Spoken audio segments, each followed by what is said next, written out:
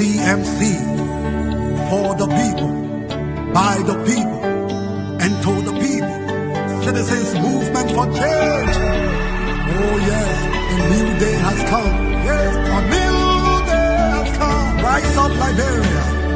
CMC, for the people. CMC, by the people. Let us join our hands together to build a better life. CMC, CMC, for the people. CMC, by the people. Let us join our hands together to build a better life. Equity, national unity, transparency, accountability, social justice, integrity, CMC core values, CMC Global. It is a new day for Liberia. It is a new day for the people. Let's all together. Let's all together. It's a unity. It's a CMC. The land of liberty, the light of freedom, the love of liberty brought us together. Let's hold together in peace and unity to build a better Liberia. CMC, CMC, for the people. CMC, by the people. Let's hold together in peace and unity to build a better Liberia. CMC, CMC, for the people. CMC, by the people. Let's hold together in peace and unity to build a better Liberia. CMC, yes, yes, yes, the time has come. Yes, the time has come. Indeed, the time has come. The political lodge. Yes, and so certain and gradually the time has come. It's on another day, like Ansu can say, in the tomb of Ansu, just after the May we break. We are back again on the Thursday evening. The time check exactly 27 minutes, climbing up to 12 o'clock. We like to say welcome to the political lodge on Shuf FM 96.1. Many thanks to all of our affiliate radio stations who always relay this program.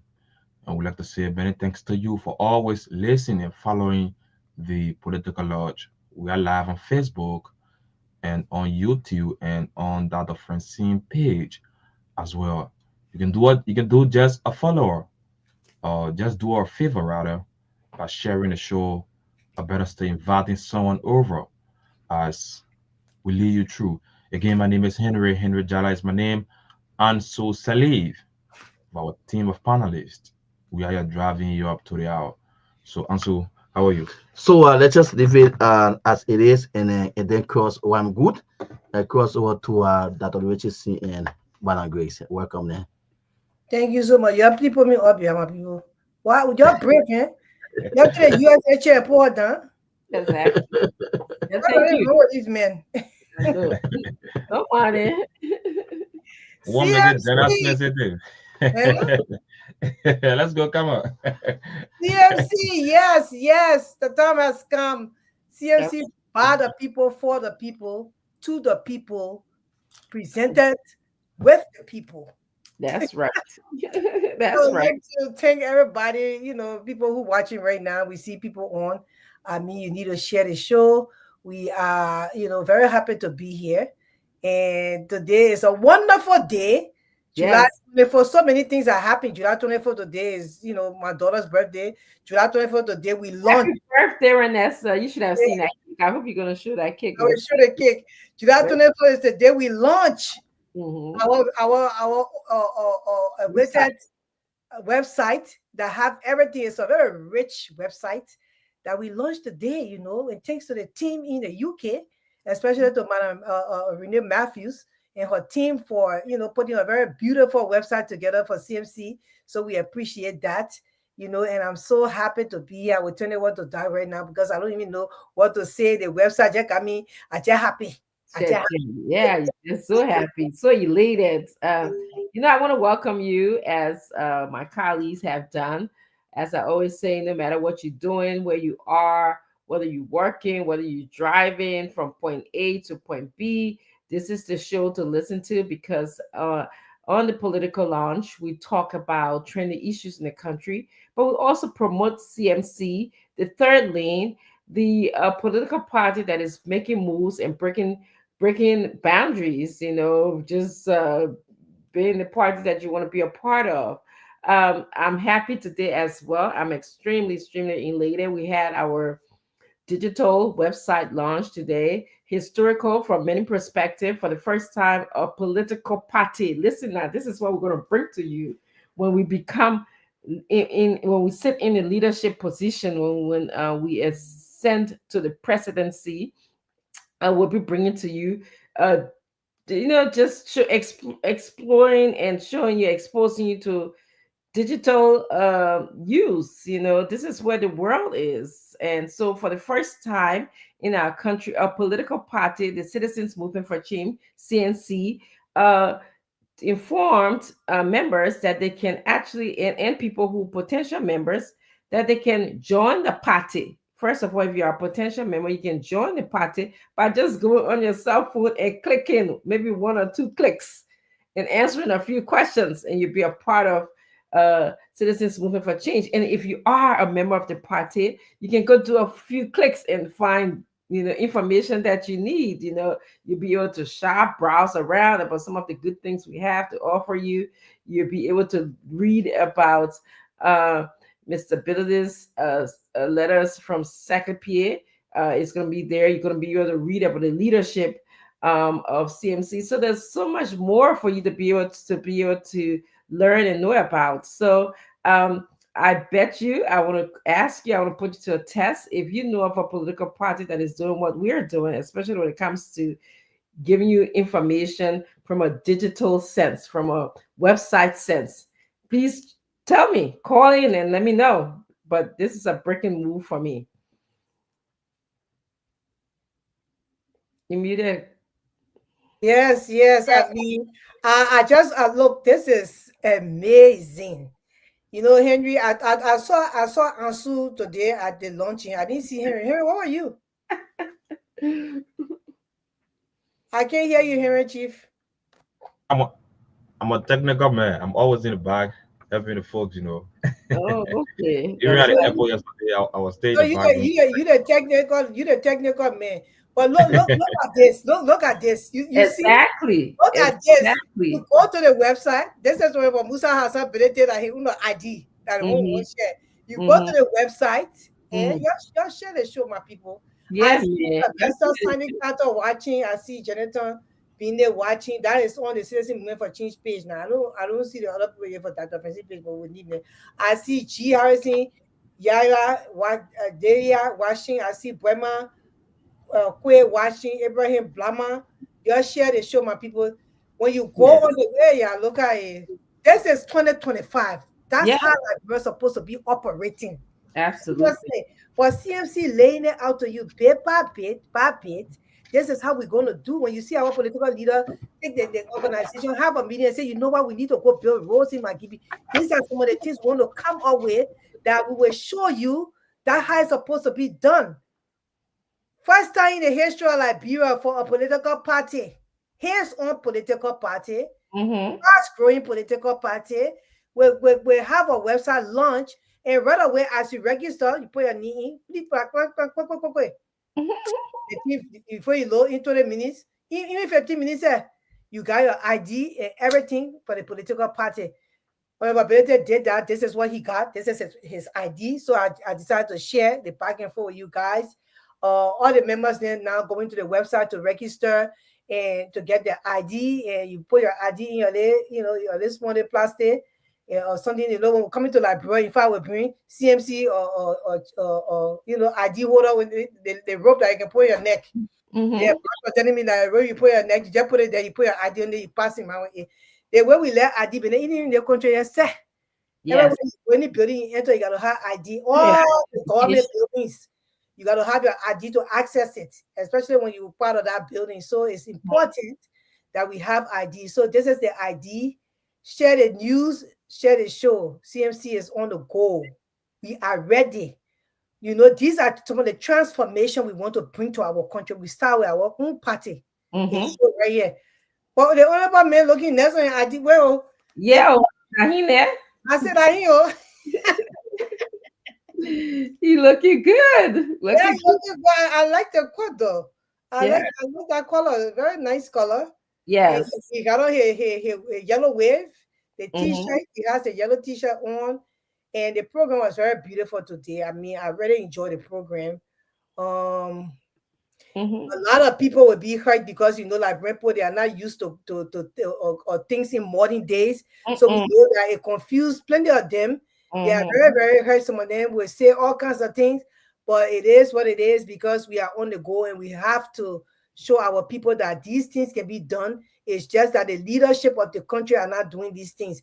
You go to get passport in your country, it take forever. They say SP that they say you will get a passport the same day. Before you load, they start dragging you for 3 weeks. Yes. Yeah, I will tell you, so you go to the website, you can get your ID Jeddah. And it happening live.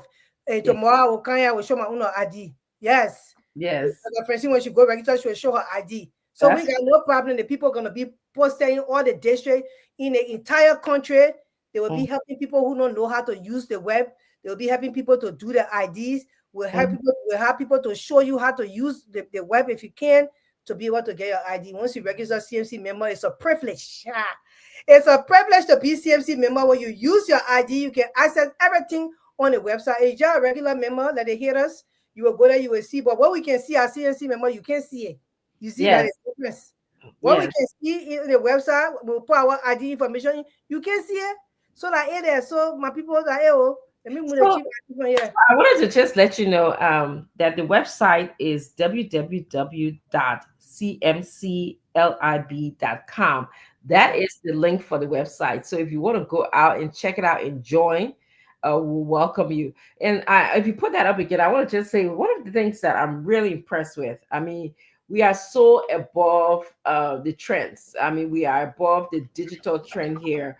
I see a QR code on a picture. If you know anyone who's been in the developed world, it's QR code they are using these days. You got to get accustomed to a QR code is everything. And we do have a QR code placed on the ID itself. And that QR code will tell you some information that you need to know as well. I mean, it has the Republic of Liberia. It has Mr. Ability's name on it. He can, carry it with him in his wallet, flash it on his, Madam Grace is going to bring in an ID holder, one of those things that you wear around your neck. You can just flash it. I mean, I'm going to be proud to show my ass for traveling across Nigeria because I can just flash and say, yeah, I'm a CMC member. In fact, I'm a CMC member. I'm a CMC. Yes, CMC member. Yes. I'm a CMC member. Well, anyway, whatever way you want to. So for me, it's just like it's just it's just I don't even know, revigorating. It's energizing. Yes, it is. It's awesome to just know that we can show you how we're going to transform Liberia by starting within our own political party. We're giving you the website, we're giving you your ID, we're giving you all of the electronic pieces that come with the website to expose you to something that you have not seen. And I understand that you can even join. You don't even have to be connected to the data. You can join, and then once you get connected to the data, everything gets uploaded. It's all electronic. From what I understand, CNC is moving strong. Since we are moving strong, we just this party is the party that will bring awareness to the Liberian people that Liberia can be in today's age. The people in leadership refuse to allow that to happen. So we will do it for them, and they will see what we can do, and then later on they will give us the opportunity to serve the country. So this is the ID here, the front of the ID. I'm not going to show the back anymore. This is the front, so you get to see that, and It is. I mean, it looks nice. I can't wait to have mine so I can be flashing it. You know, Yeah. it comes. It comes with. Go ahead, Doc. I was gonna say it looks steady. It's not flimsy. You I know. like the color. That I was, you see the QR code I was referring to. You see, you have some general basic information about yourself. I mean, the CMC logo is on, is bright. You can't miss it. So I really like it. And I'm sure many of you definitely will fall in love with this ID, and even with the website itself. It has some really great information on it. For me, I can do different things with it. I can know when you sign up. I can know, as a global chair, I can know where you sign up, which district, like the percentage of people in district, and it's really good information. So hey, this is what Liberia going to look like when we take power. We're not going to be giving you, like, they just keep you gullible and give you minor upgrades and say we've done something. We're going to bring transformation, differences, put you up to par with the developed world. That's what our efforts will be geared towards. It's not an easy task, but this is our goal. We talked about, taking one mud house or townhouse and all that nonsense. I like to call it nonsense. Okay, all of that. That's not what we're trying to do for Liberia. Okay, we're trying to make sure that Liberia is up to par with the rest of the countries in our region, and also developed country. And please forgive me, my voice sounds a little bit like in my nose or whatever. I'm talking my nose. I'm recovering from a cold. Or actually have been sick. But for the love of country and for the sake of CMC, I'm here. Madam Grace? Exactly. I want to answer them in the studio to try and see if they could play some of the clips from the launching today. It was a very beautiful launching, and I really enjoyed the program, and I was very impressed. I want to say thank you to the team in Liberia, the chairman, Mr. James MV Yogi, and also the Secretary General, Mr. Wilfred Pagura. I saw Mr. James. What is the financial? I forgot the person, Mr. Honorable. 1 minute. Jerry Yapa. I saw Honorable Jerry Yapa in the picture. He was there. Yes, sorry. I mean, his knee just in my mind. I saw him there. I saw all our people really present. And it was a proud moment for me. I saw all of them there present. And the program was very, very, very well organized, I want to say. And I'd like to thank them for doing their due diligence. They did their job. It's always the case. CMC has a wide range of hardworking people that work very hard to put things in place for our people to see and know that we are not here to play. Liberia can be a better place if you have people like those that will be able to do what it's supposed to do at the time it's supposed to do it.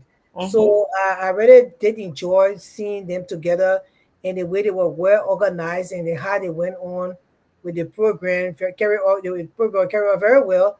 I have a picture here of them, at the program.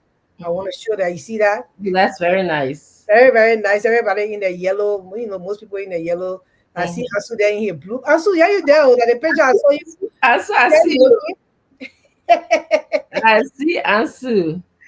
Yeah, Ansu there. Ansu twice the size when I met him last year. Last year, I saw Ansu. Look at him. How you looking at? Make it all into Madam Grace. Make it all. Yeah, I'm in the photo too. I'm in the photo. David, I'm in the photo too. Yeah, you in the photo. In like bro, Ansu size is the evidence of good living, right, Ansu? That's right. That's right. Ansu is living very good. I mean, Ansu is a CNC man. You know, CNC people, they gotta live well. And so it shows in his looks, and he's very happy. I mean, I'm very happy the way the program was carried on. I'm very impressed with the people, the organization skills of CNC people around the world. So even if we go to UK, the people are organized. You come to America, we're doing the same thing. You go to Nigeria, our people are doing the same. We all work in one accord, and that's a beautiful thing. Yeah, things I admire. Yeah. we had this deadline set, and we met the deadline. We had a couple of checklist things to check on our list, and we accomplished that.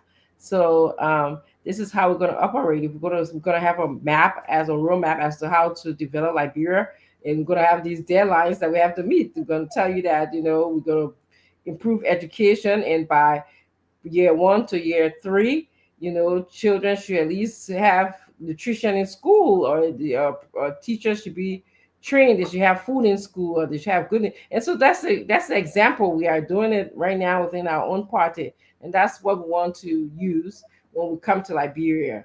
Henry, are you? Yeah, Henry, you need to play that the Yes, virgin. sorry, yes.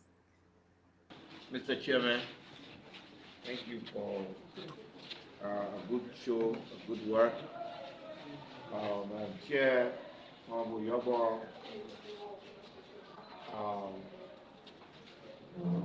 members of the technical team have made this a very important aspect of the CMC a reality. I also want to, restate some of the things Adiamu was stating here, that when we ask in the public for accountability, transparency, we're not just talking. This digitization of our work, our activity, is part of transparency. Here on this website, you will not just know about what we're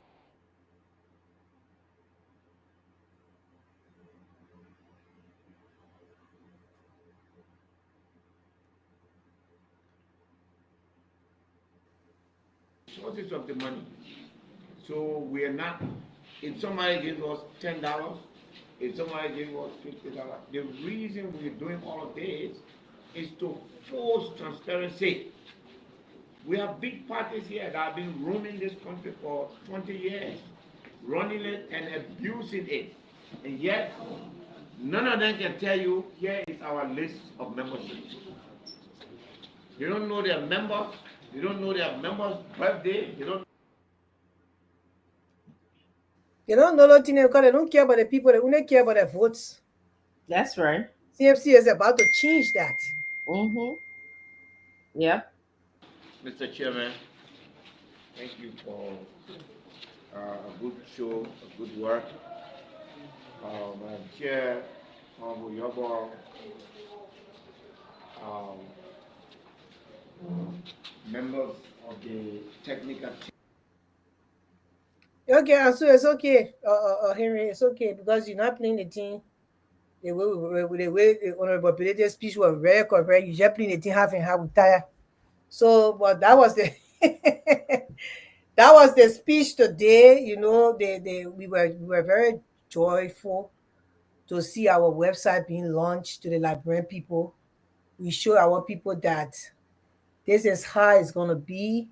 Our political leader talk about mapping stuff and trying to have a deadline, work plan, and when the time comes, we have to execute that, and we follow, the process, and it's done. That's how CMC is going to do. We started with our own party. So if we are giving leadership in Liberia, trickle down to the country, that everything will be good.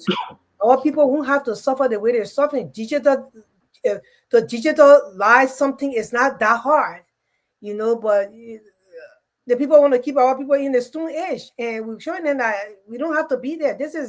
The world is moving forward. We're in the 21st century, and the world is moving. Some of the things I learned, even from my own kids, it's just amazing. So why is it lacking those things? It can happen there.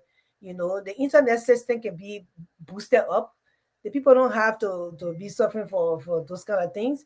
So we CMC, we're showing it to you that it can happen, even as being a party. So if you give us a chance to lead a country, it's going to happen that way. We make life easier. But, Doug, I wanted to talk about, yesterday when the PL got to Liberia, that was a whole nother stuff. It was so wonderful how our people, went to meet him. The members of CMC, they went to meet the political leader. It was beautiful. We did not expect that. Usually, you know, Benedict is a very simple man. He travel, he come back easy into the country. He want to know, you know, he just want to go home, get a car and go to the Lagos, you know, go meet a family there and be happy. But the people, the Citizens Movement for Change members and leadership did a very good job when they went to the airport yesterday. I was very impressed. Although Ansu had said it, I thought it was a joke. Until I saw it for myself, I'm like, okay, you know, the people really, they really love him, and they went to meet him, and they, you know, the full support was there.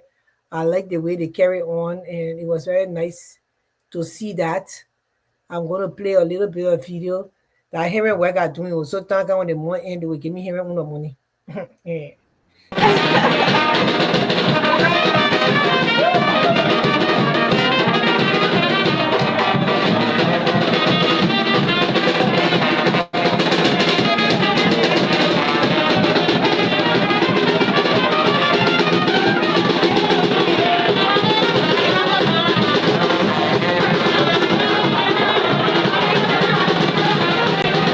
This is exactly how the Ramos International Airport look like this evening.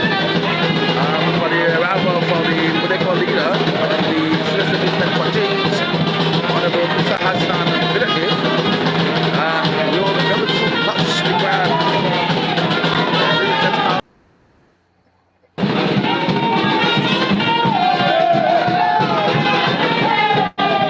when this is Peter Bidake. She is the vice chair for Accelerate the Citizen Movement for Change. Madam Peter Bidake is candidate this team here.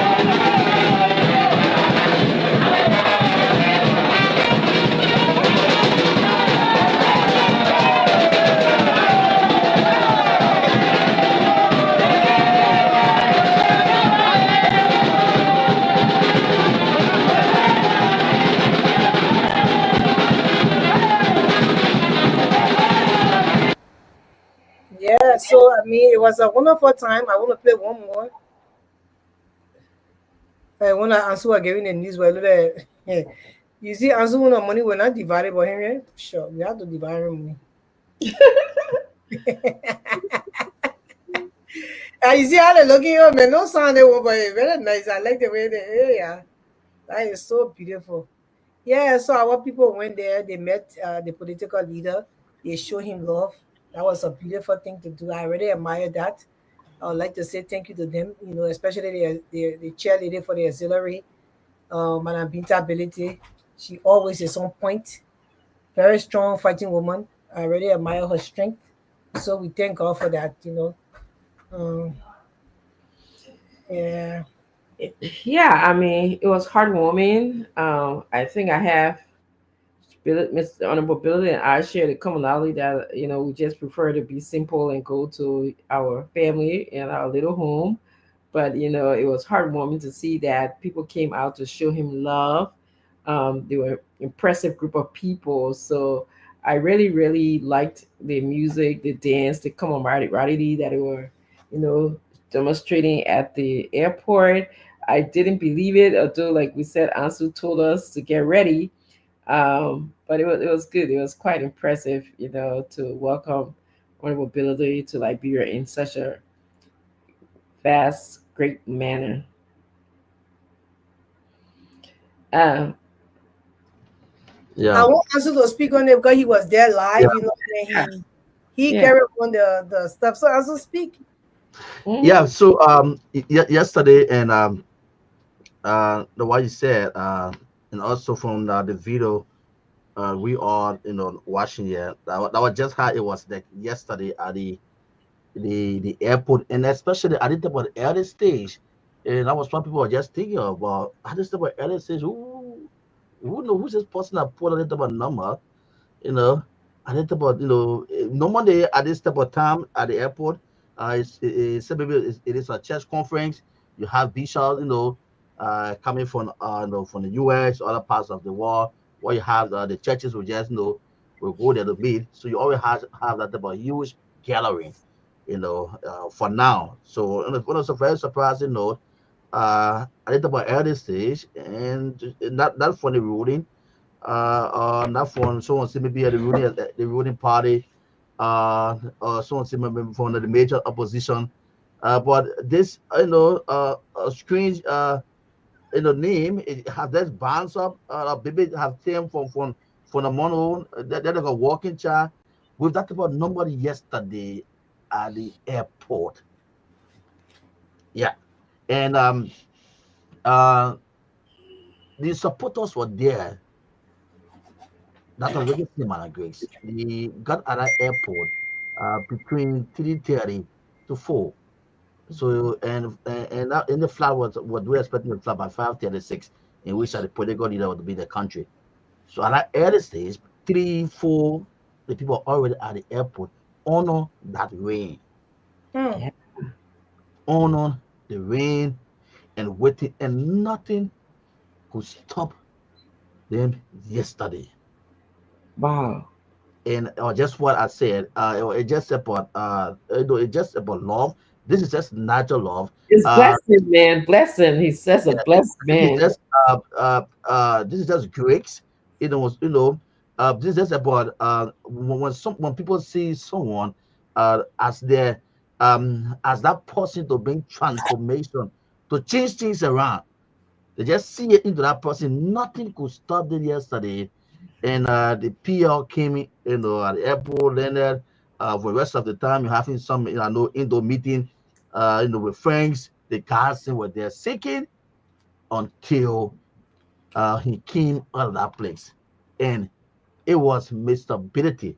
Honorable Musa had some ability. CMC says a movement for change that shook that entire airport yesterday. You guys turn it upside down.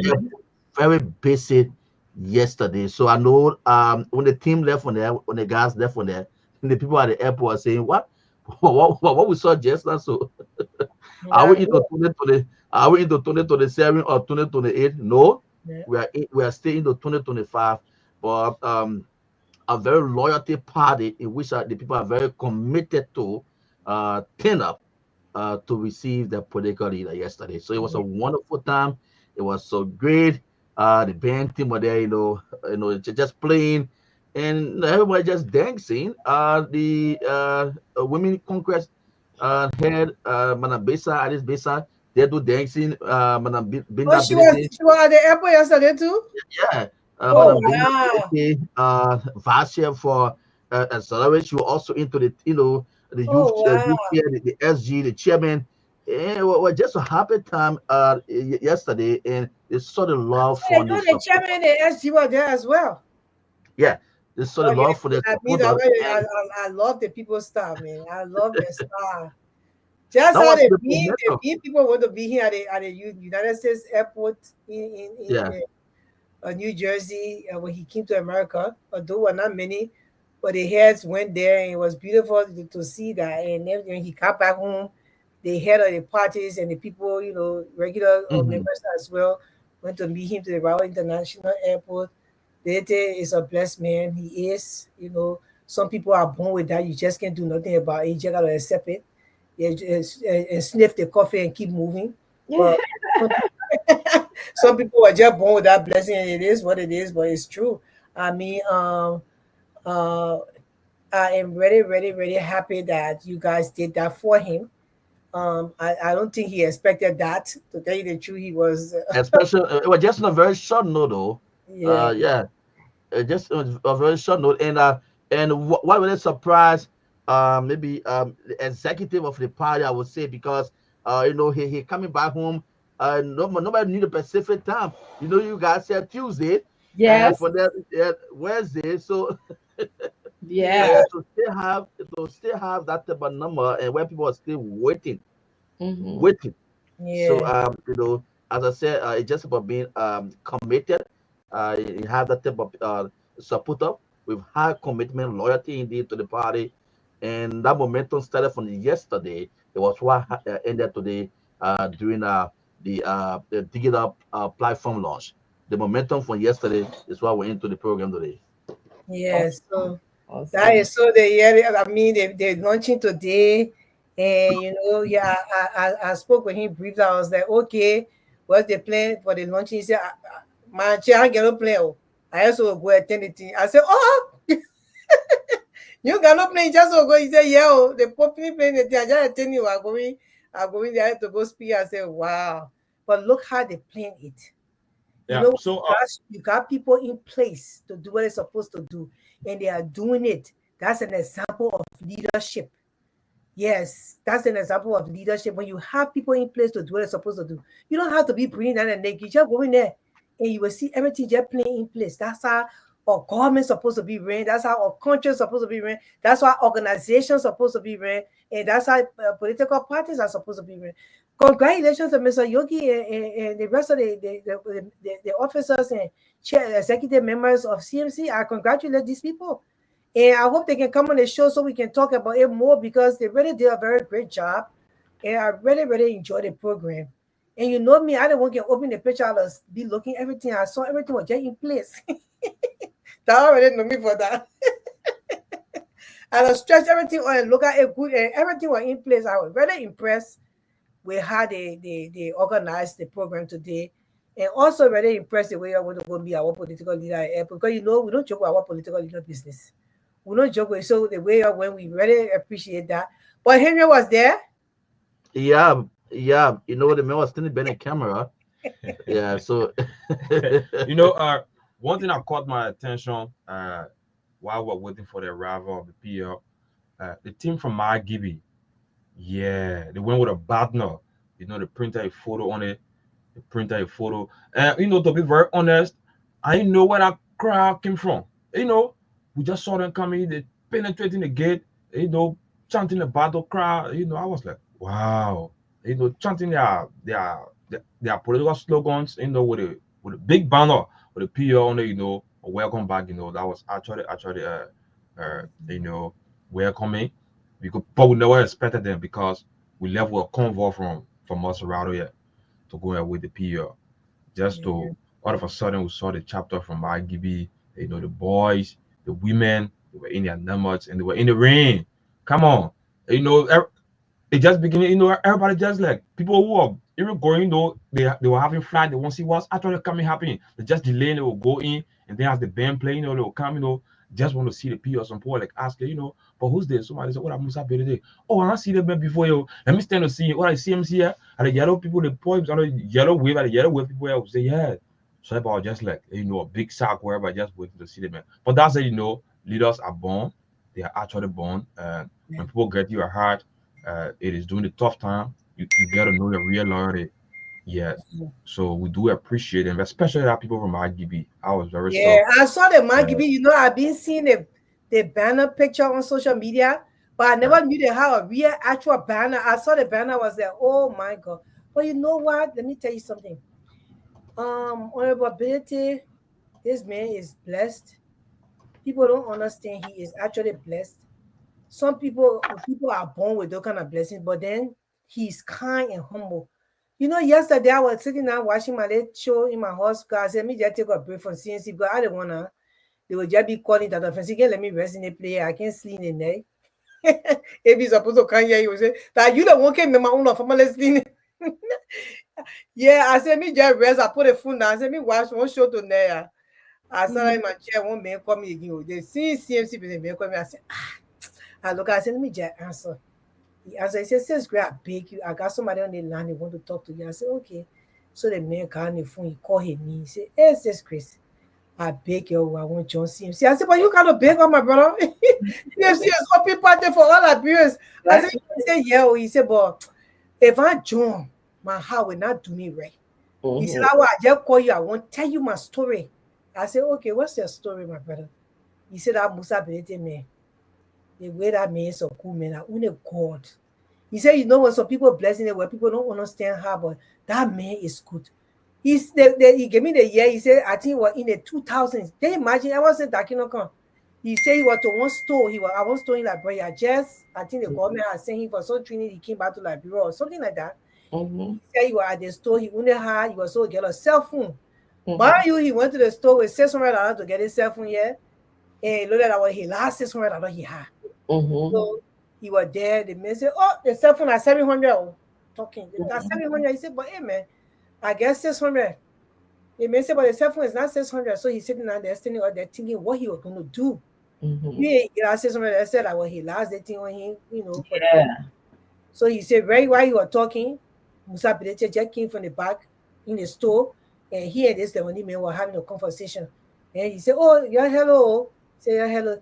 The way he and the man were talking, he said, "But what happened?" He said, "Yeah, oh, I wanted to pay my sales somewhere, and for the man to give me the phone."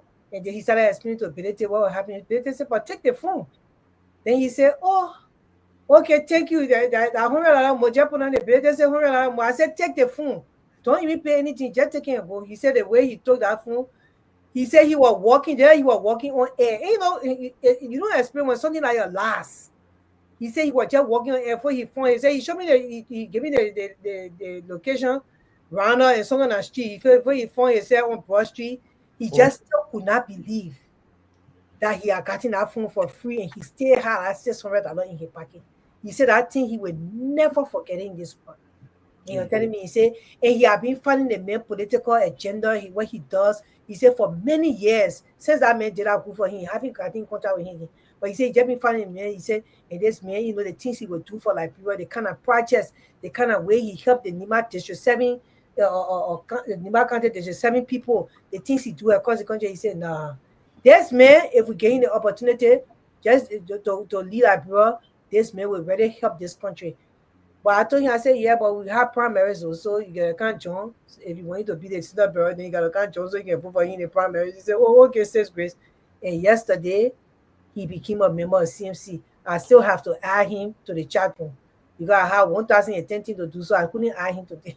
I still have to add him. So I'm just telling you, sometimes, people don't understand. To be a very good person is a gift. Some people cannot do it. To help people in this world is a gift. It's not easy to just take your money out of your pocket and check it and give to somebody. Some people will have millions of dollars, billions. They're not willing to share 1 cent with anybody. The other day, Donald Trump, when they say, Elon Musk will come to give a stimulus check, until today we still waiting for the stimulus check. Yes. My friend tells me, say, "Great, anything saying, to the state and again." I said, "But nothing there." That one I was going to say, nothing there. Yeah. 17, nothing there. Hello to the popular, nothing there. Yes. People can get millions of dollars. You can get billions. They will not be able to help one person. But for somebody to have the heart to see you stranded and help you, it's a blessing. CMC is the fastest growing party. It's the party that is hands-on with their people. It's the party that is engaged with their people. CMC is the party with the digital age in Liberia. We are proud to say that. Bungao. CMC is the party with the digital age in Liberia. The most hands-on party, innovative party of Liberia. Bungao. You're going to get to us. Yes, that's what it is. The only party that will have people register. Time for your birthday, we'll say, happy birthday. We remember your birthday. We're not only looking for your vote, we'll tell you that you count. When your birthday comes, you just receive in your email, happy birthday, or your text message. Digital age, bunga. Yeah, as I listen to your story, and welcome, Mr. Nangwe, is awesome having you. Thank you, Dr. Richardson. It's good. Our hands on Chairman. Welcome, Chief. Yes. We're so impressed with your work, man. But it is good to be joining you, ladies. I haven't seen you since last Saturday. It's good to be seeing you. That's true. And but I'm glad you're feeling much better, Dr. Richardson. And congratulations to you all, to all of us. I think today, like you were saying, this is a historic day. We're breaking, ground. We're going places no political party, I believe, has gone in the Republic of Liberia. Today, we digitized the whole politicking in Liberia. I've been checking the website every now and then. Since they went live, over 248 people have signed up already. Wow. So, there's a counter on the website. I mean, this is big. It's a big deal. So, congratulations to all of you. Congratulations to the guys back home as well. Congratulations to the political leader for this wise decision. This is really going to make the whole process of politicking easier. I was working on, like we said the last time, I was working on a few explainer, facts, question and answer. That is already on the website. So my job has already been taken off my hand. I mean, there's a ton of information on that website. Please, people, share the show. Check my byline here, www.cmclib.com. Go there and sign up. Join the movement. But it is good to be with you guys. Yes, yes, yes. And Mr. Nam, I've been checking our website every now and then because I'm so elated. I'm just thrilled. Absolutely. So I just keep it, but I don't even know. So that I'll go inside. I don't even know what I'm there for, but I just want to see it. When they launched today, I'm sorry that when they launched today, I work, my school, you know that there's a big firewall over there. I couldn't get it. And I was in to say, wait a minute, is this going to be a problem? But once I got out of, the vicinity and I tried again, boom. So it went live. So just like you, I myself, I've been checking every now and then. This is super. It's real. This is a big deal. It's real. It's like, it's like when PL came and I want to go see you at the airport, I was poking at him and shoulder. I said, is that you? There's a story in the Bible when one of the disciples were poking Jesus to see if that was really him, So that's how I'm doing the way. You are real. Yes, so see if it's real. And then the same thing here it's such a exhilarating feeling to just know that, we have digitized Liberia. We changed the format of politics and political parties, and as Grace have said, bugao to you, because you have not done this, and as you were telling that story about the person who called you, and I got another call too from someone as well who I added to the group already. I was just thinking about our leader, and you have to have this as a leadership quality. You have to have the ability to empathize with people, especially in Liberia, because I think our leaders have missed this piece. They've forgotten about the masses. They forgot about educating the masses. They forgot about healthcare because, they could go to Ghana, India, or to the United States and get the best of healthcare. They just, forgot about all of these important things. Infrastructure. If you're not in a certain part or in Monrovia, or you're not in a certain hierarchy as a person, then there's certain things that you are not, you won't be able to get them. You won't be equivalent to getting. So I just love hearing that story. Our Pierre relates. He's a humble guy. He relates. There's so many stories, Chris, that we're working with him. It's just like I you forgive me. I have to share this story. So we didn't really know exactly when he was coming, but so I was trying to at least get my house. I'm doing some construction and stuff in the house, and so Grace probably will laugh at the story. So we had some construction people coming over doing the bathroom, right? It was on the day that he was getting his stuff ready. So the people busy. We went up to go see the bathroom. Chris and I up there looking to check to make sure the walls are done properly, the painting and stuff. Jeremy said, "That you doing that bathroom, you better hurry and move for that bathroom. They become brush my teeth." Yes, me. I must see read up. I get what I said. That's what I'm saying.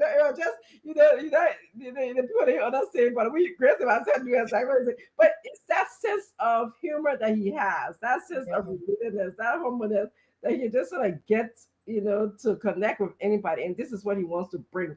The Bible says love is kind. And that's what we need in Liberia right now. Somebody who can just take our Liberian people. Majority of us are not lettered. Majority of us don't have basic electricity. Majority of us don't have access to healthcare. And that's what his concern is going to be, you Liberian who's out there. And I like that about him. Yes. And that's, when you want to just go in the street and say, my man, I bet I can just imagine, my man, that the phone you waiting here, you stressing yourself.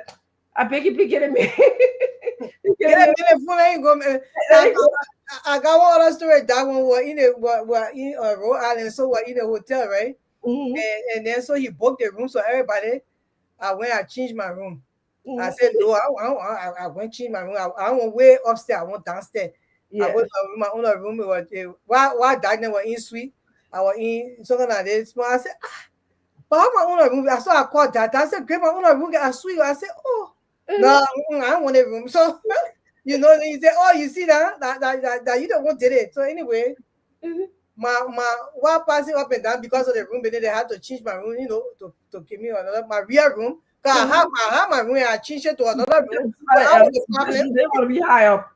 Because I didn't want to go way up in the place. On the 14th floor, 15th floor. Anyway, going up and down with the room business, I went and lost my computer. I left my computer back in that room. So my computer got everything, that. So I just started looking for my computer bed to do my work. Why, We sleep, whole night we sleep. I came from my computer bed. I started calling, oh, well, you see me, I started crying. I came from my bed. So I called the PA. He said, Grace, I'll come in, we'll find the bed. I said, no, I want my bed. So, they're up and down, but the way in which he would even say to you, he said, don't worry about that bed, Grace. That bed is here. We just gotta find out who get a bed, which room we gotta. He said that's a way the Afro can find a bed. So the way he said it to me, my heart calmed down because I was hysterical. I was very, very. So I calmed down in the morning. Then I said, okay. He said, Grace, I come in. We'll look for the bed. I will take your phone. Let me just get ready. You go eat your breakfast. We'll find the bed. I said, okay. And then my daughter later on told me to tell something in the Afro, and the bed started ringing into the Francine room. When you want the living room, power her room. Where to the chair, I said, Lord, I found that bed. That was one of my happiest moments. So we just this is a memory making together, trying to build CMC, and the fun behind it. We laugh. Sometimes we edible flower we made friend by right there. Exactly. And that's right there is the love for country. Yes. There is no with Musa Bete, there is no crush. And sometimes I wonder why he doesn't have that, but he doesn't have that. He's just that kind of person. And that's why when you see people are blessed in this world, sometimes you don't understand why God bless certain people, but that's the reason. When they are not holding things in their heart, they don't care. When something happened, they move on from that. They see you hit them, but they will still find you. They will still say hi to you. People don't have those qualities, Mr. Nang, but let's just be clear. I would be number one person to raise my hand because I fuss about that many times. Hey, Dad, you go to the person like that. I said, you can go. I'm not going. Grace not going. We'll stay. You go by yourself. Yeah. I tell you this. First of all, I really do my best to put people at ease whenever I come in contact with you. I thought I knew that, but he disarmed me. First of all, he called me Chief. So I call him Chief. He said, my man. Call me Musa. I said, well, you calling me Chief. And on the Friday, you guys, when we met you in Philadelphia, you guys were invited to the program. My wife and I, we got there like an hour late. You guys had gotten there. They were not ready. You went to walk around. Yeah. You came by and all of that. And so when he got by, I said, oh, you know, at the poor guy, you waiting? He said, my man, don't worry about that. He was not phased. And I think these are some of the qualities that will take you further. Yes. You cannot be so big to the point where you're bigger than everything and everybody. He's very humble, very approachable, like you are saying. Life is serious to him, but he is really very laid back. It is very difficult to see him ruffled. I know some delays we all know about. He got a little bit rough on one of the meetings. And yes, when there is a time to show, to put your foot down, you will. Yes. But you cannot be so buttoned up all the time. And I saw some of your clips, and that, you guys did karaoke, you did all kinds of stuff. But yeah, you're right. All of that really is getting to know each other. You have to understand the person you're working with. You got to be comfortable working with each other. If there's an awkwardness, it makes work relationship very difficult. Yes. Everyone understands that. So I think this trip really, I brought as one of the reasons it came, and I think it was very necessary that he did. Hopefully when he comes back, like he's planning, you put a bigger group together. I know he wasn't able to meet all of us here, but hopefully that'll happen soon. Let others get a meeting and get to really understand who this guy is. And not just interacting with him, on paper or on Zoom or anything like that. He's very affable, like you say. He's charismatic. He pulls people towards him, and I find that very, very pleasing. I've been around politicians a very long time. Gabriel Matthews was one of those here, and I'm not comparing or anything, but it is important for a politician to get in the room and be able to read the room. You read the room, you understand the audience you're dealing with. You understand me? You float in the room. We started to do that in Delaware, I don't take a picture where all these people went from table, even though, he came late. He said the GPS, they took them somewhere else, But this is how it is supposed to be. So yeah, you will make mistakes as we go along the way. But I think he's really, really very, very, very, driven. He's very natural at this, and that is good. So he doesn't have a very long curve, to learn. He's not a long time politician, but yes, of course, he's an honorable man, all of that. But I think he's really learning the ropes very quickly. Yeah, look at this picture. Right at the program, you see There you go. Yeah. All the women go dancing around here. I said, can't see the people, women there. Go dancing around. Oh, people women were there. I see them. Yeah, our close. Mikopa, we already know. We can't even let Abby open your eye. Yeah. We don't want to see them for you. We don't want to see them for you. All the women there, man, the women there were dancing and they were so happy to see him. And that was a very beautiful program too. Yeah, the way he was even approach the people. I saw some dignitary now how they sat down to the seat. But they went to every table. That one of the things, I don't know this thing in detail. I don't want to tear out for them. He went to every table to meet everybody. That's the humbleness of Musa Benete. And I was just looking at him. I said, "Well, in my heart, I said, well, why would he even get up to do that?" Then something spoke to me, said he has to get up to do that. Because these other people will sit, they will never try to meet the other people. The people mean nothing to them. But for him, they mean something to him because why this making from a humble beginning. And he know how it is to just not have anything. But he also know how it is to have everything. So he went from table to table and he met those people. And those women there with their baby body got on, they were dancing around him. Dancing around him. You saw them dancing around Mr. Namwe. Mr. Namwe, Miko, we talk about Miko, so we put in the concert. You probably just not here. Yeah, so but they were dancing around him and they were happy to see him. And the gesture for him to love the education, the part of how Liberians to be educated. That one of his things he really fight for, and his gesture towards the program and what USA or USA CMC USA Diaspora did that night. It was so welcoming and everybody was happy and they danced around him.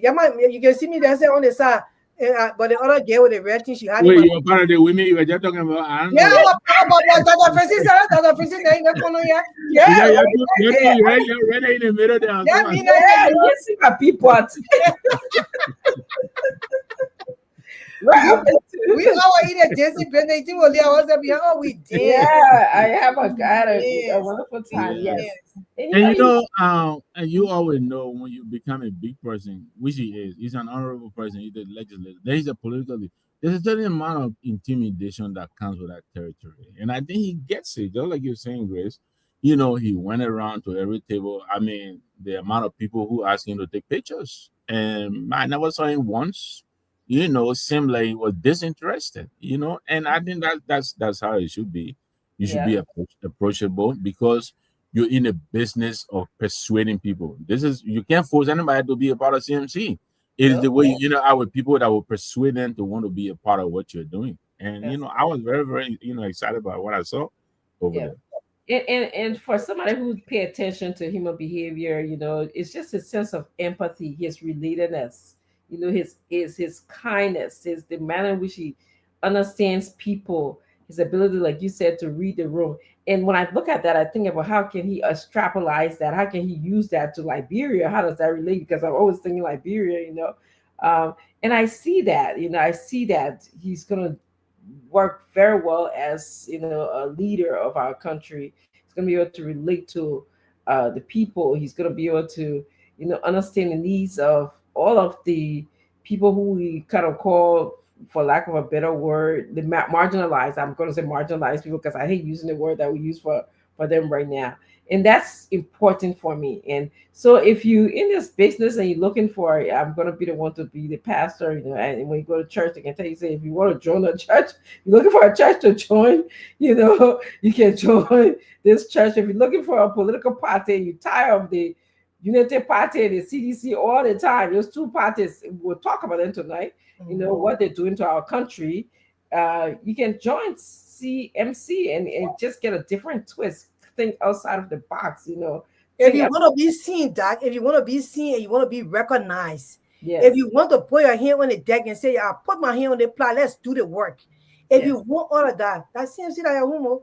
Yeah. God join us. Because all of us in the party, we are recognized somehow, some way. Yes. You got work here to do. Correct. You are going to be part of the team. We make sure you are included, you are inclusive. Our political leaders are very humble. Men have been to places. People don't know who I am. Maybe they heard about my name, but they didn't know the person. Because I change my hair too at times. Sometimes I look very different. And you will see them, they are big people like brand people. They barely want to even get to know you. They act so pompous. As soon as they say, oh, somebody just said, Grace, go out, Tira. Oh, then they want to know you. It's such better you can be the driver. He is ready to know who you are and he will remember you. That's some of the qualities about this man that I ready see leadership. That's leadership qualities. When you can know everybody in your office. When you got a big office, down to the person who is at the front desk, the security, when you come, say, hello, good morning, Matthew, how are you today? Even if they change the three, you know their names. Those people feel that they are included in anything you do. They will do anything in their life to protect you and to let you know when something's going on. I experienced that at my job. People ask me, but why are you talking to a security guard? I said, but the security guard is not human being. That's right. I tell them, I said, every security guard I go there, I know them. I ask you for your birthday can't bring you cake to work. Yes. Yes, they remember me. Some of them even keep in contact with me after they leave that post and go somewhere else. That's how you treat people. That is a sign of leadership. And that's the quality our political leader got. Some people will be asking, my man, don't mean it. How you find it? How he from us? He's very humble. The way he carries himself, the way he will speak with you, the way he will talk to you, all that are the qualities that bring people to you. They draws people to you. Then that's it. That's just and sorry, I heard somewhere today he's speaking. He asked for more inclusiveness. He wanted to see more women. We like to have a good balance in this party. Our country has a almost close equal ratio of men to women, 50 to 49 or something like that. And so we want to replicate, the country if we can. So I heard him say that I want this party to be very inclusive, include women. So again, you women come here, we like the ideas, we'll give you stuff to do, you feel like you're a part of all of us, but you're gonna have the courage to lead something.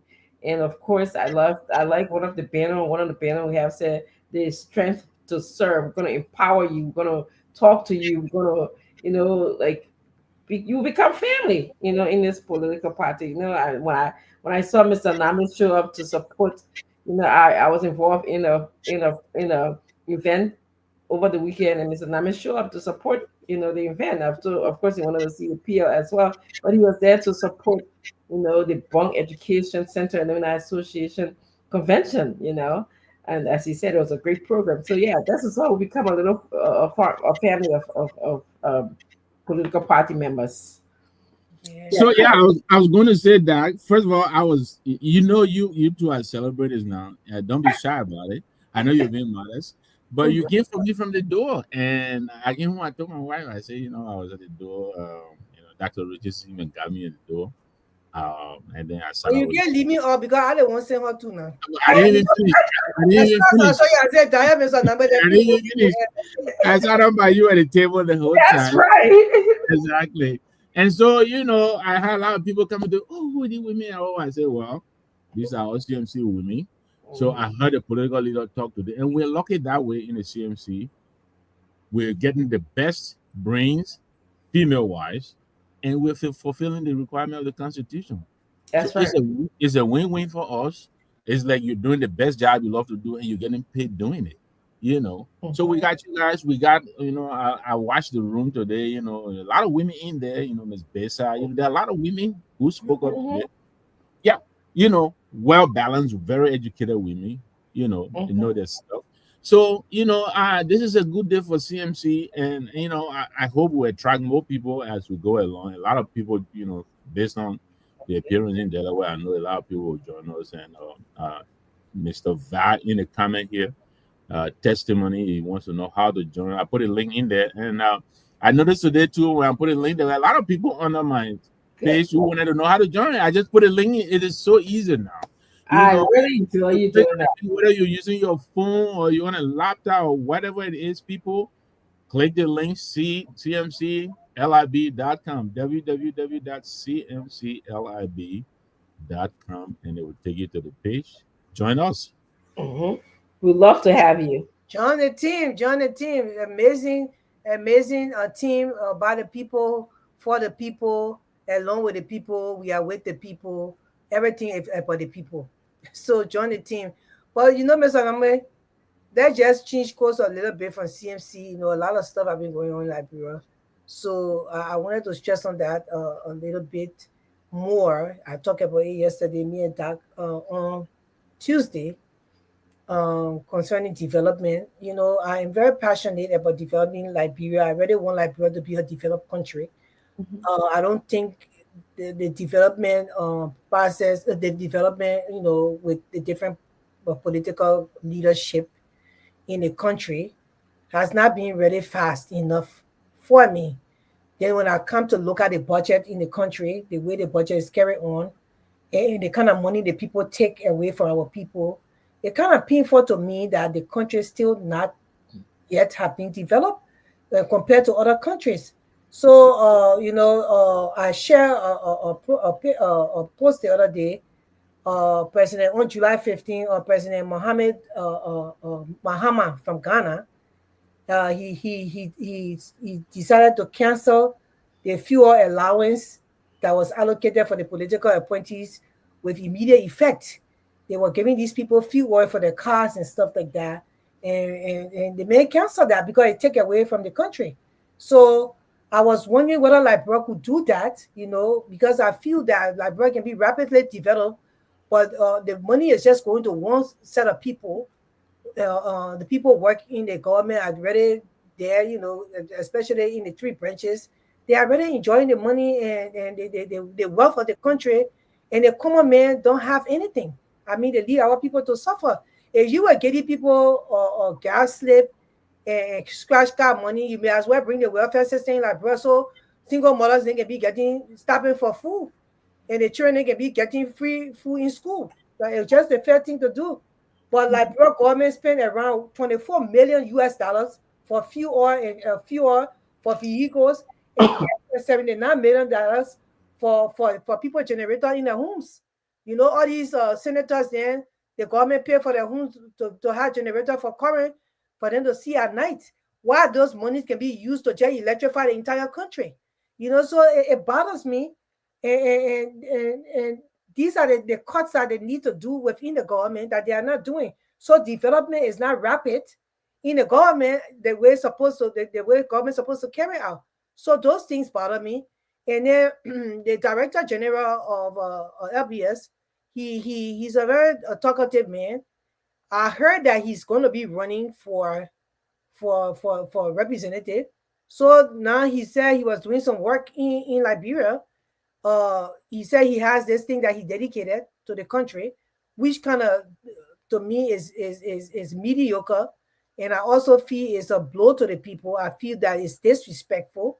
This is where I'm coming from. These are all the reasons why I wanted to share that, because I feel that if you have to develop a country, we want to make sure it's done properly. For a country to be developed, you have to have a demarcation on things. You have to actually make sure the modern day quality standards for those kind of things that you are developing to be in a way that when you put these things down as infrastructure, they last the country for another 50 years. Once they are maintained, you know, it can carry on from time to time. But people just pass around and putting things they're not supposed to put there, and the person going to dedicate these huts that's being built. It's not fair to our people. So I want to play something, and then I want to compare the one village in Nigeria town hall to the one that this man say he put down in Liberia, and now he's saying that the president will go and dedicate that, and they were supposed to do the dedication today. So I was kind of a little bit taken aback. So I just wanted to share that with you people. We did a video with that the other day here. I don't know if Henry still have that video to show. The reason why I consistently talk about this because of the breach in Babulu. The political leader was supposed to the CMC through the political leader. He went there because his people asked him to do that. So CMC took on the project, and they went to go and do the dedication to present the bridge they were going to bring for the people, and they were not allowed. So that bridge took a toll like on me. How is it that a morning bridge supposed to be built in our country and you refuse to allow that bridge to be built? But then you letting people build mediocre shacks around the country in the villages saying that our people deserve that kind of stuff. You don't do this to our people. So these are the kind of things that they do that worry me. And that's the reason why I want to share what has been going on concerning, especially the breach that was built. I'm just trying to get this video. That's why you see me like this, but I am going to share it right now so you guys can see what I'm talking about. And then we will continue the topic. But I want to share after it plays. Then I want to show a village in Nigeria. I want to show that village in Nigeria so you guys can see that village. And see the scene town hall that director Fagon, Eugene Fagon, was trying to put up for the people. You see, and I don't think it's fair. So we can't sit here and don't talk about these things. We have to be able to talk about these things so our people can know these people are not treating you right. Yeah, I saw a project. I thought it was a prank. Yeah, me too. I thought it was a prank until it wasn't a prank. I was like amazed. I was like, this cannot be for real. This should be a prank. But then when I want to go do my due diligence research, it wasn't a prank.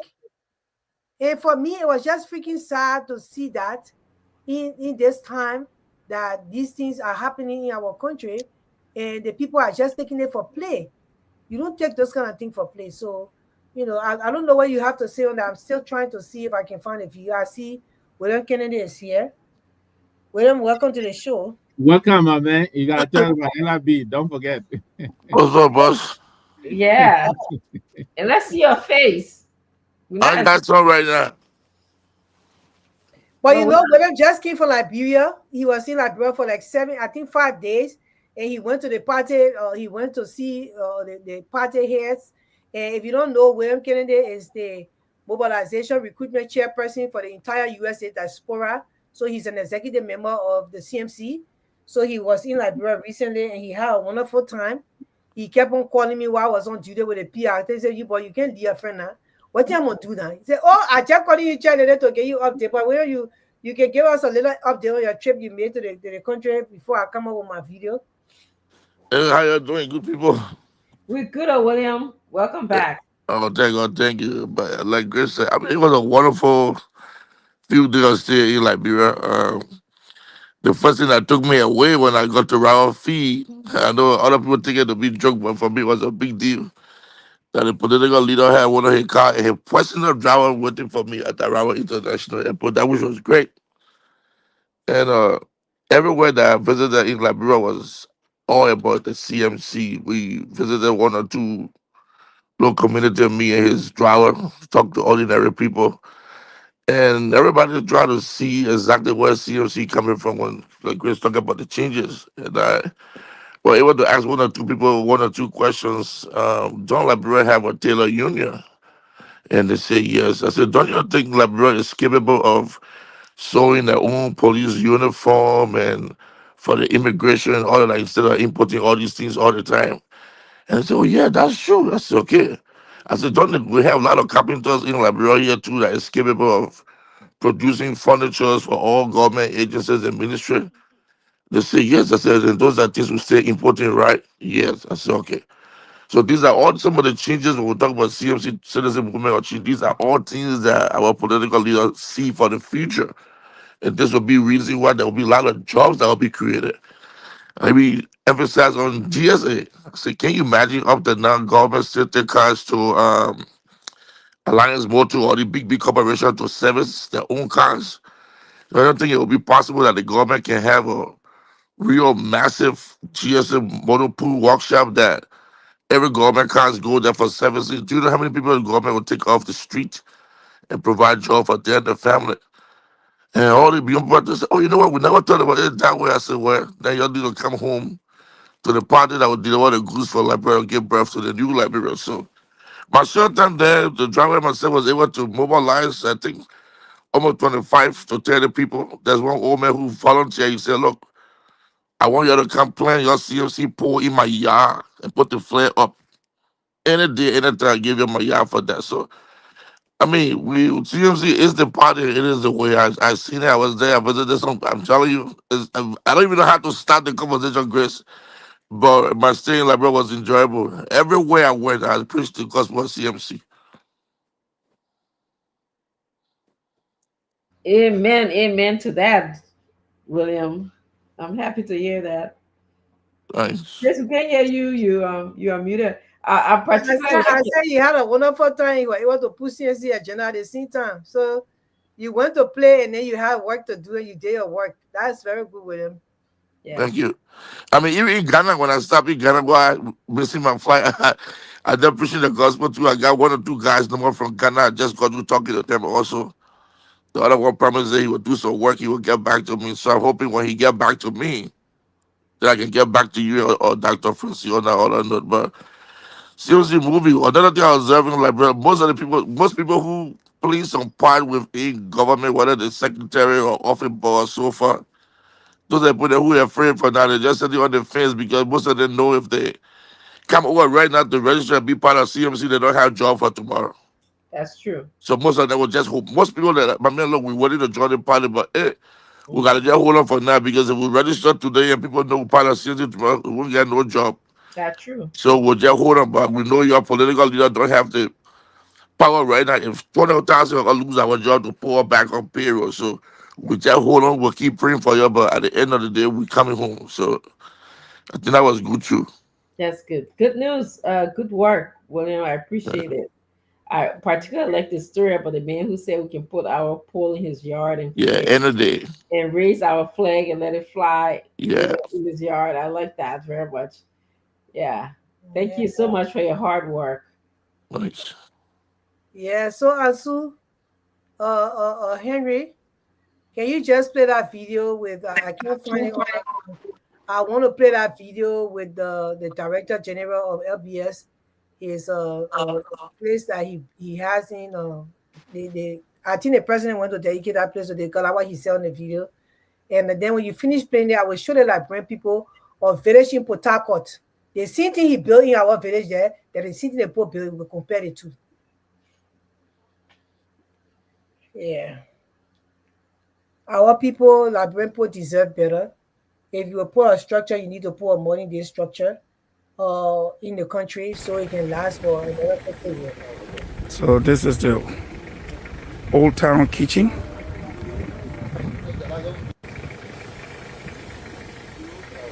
So this is the Old Town Kitchen.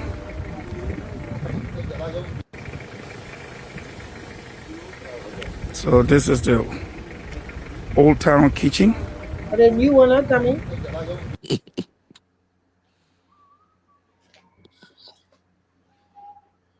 So that was the Old Town Kitchen. So he put a new structure there, but the new structure to me is still not good enough for the people. So I want you to show the new structure, my brother.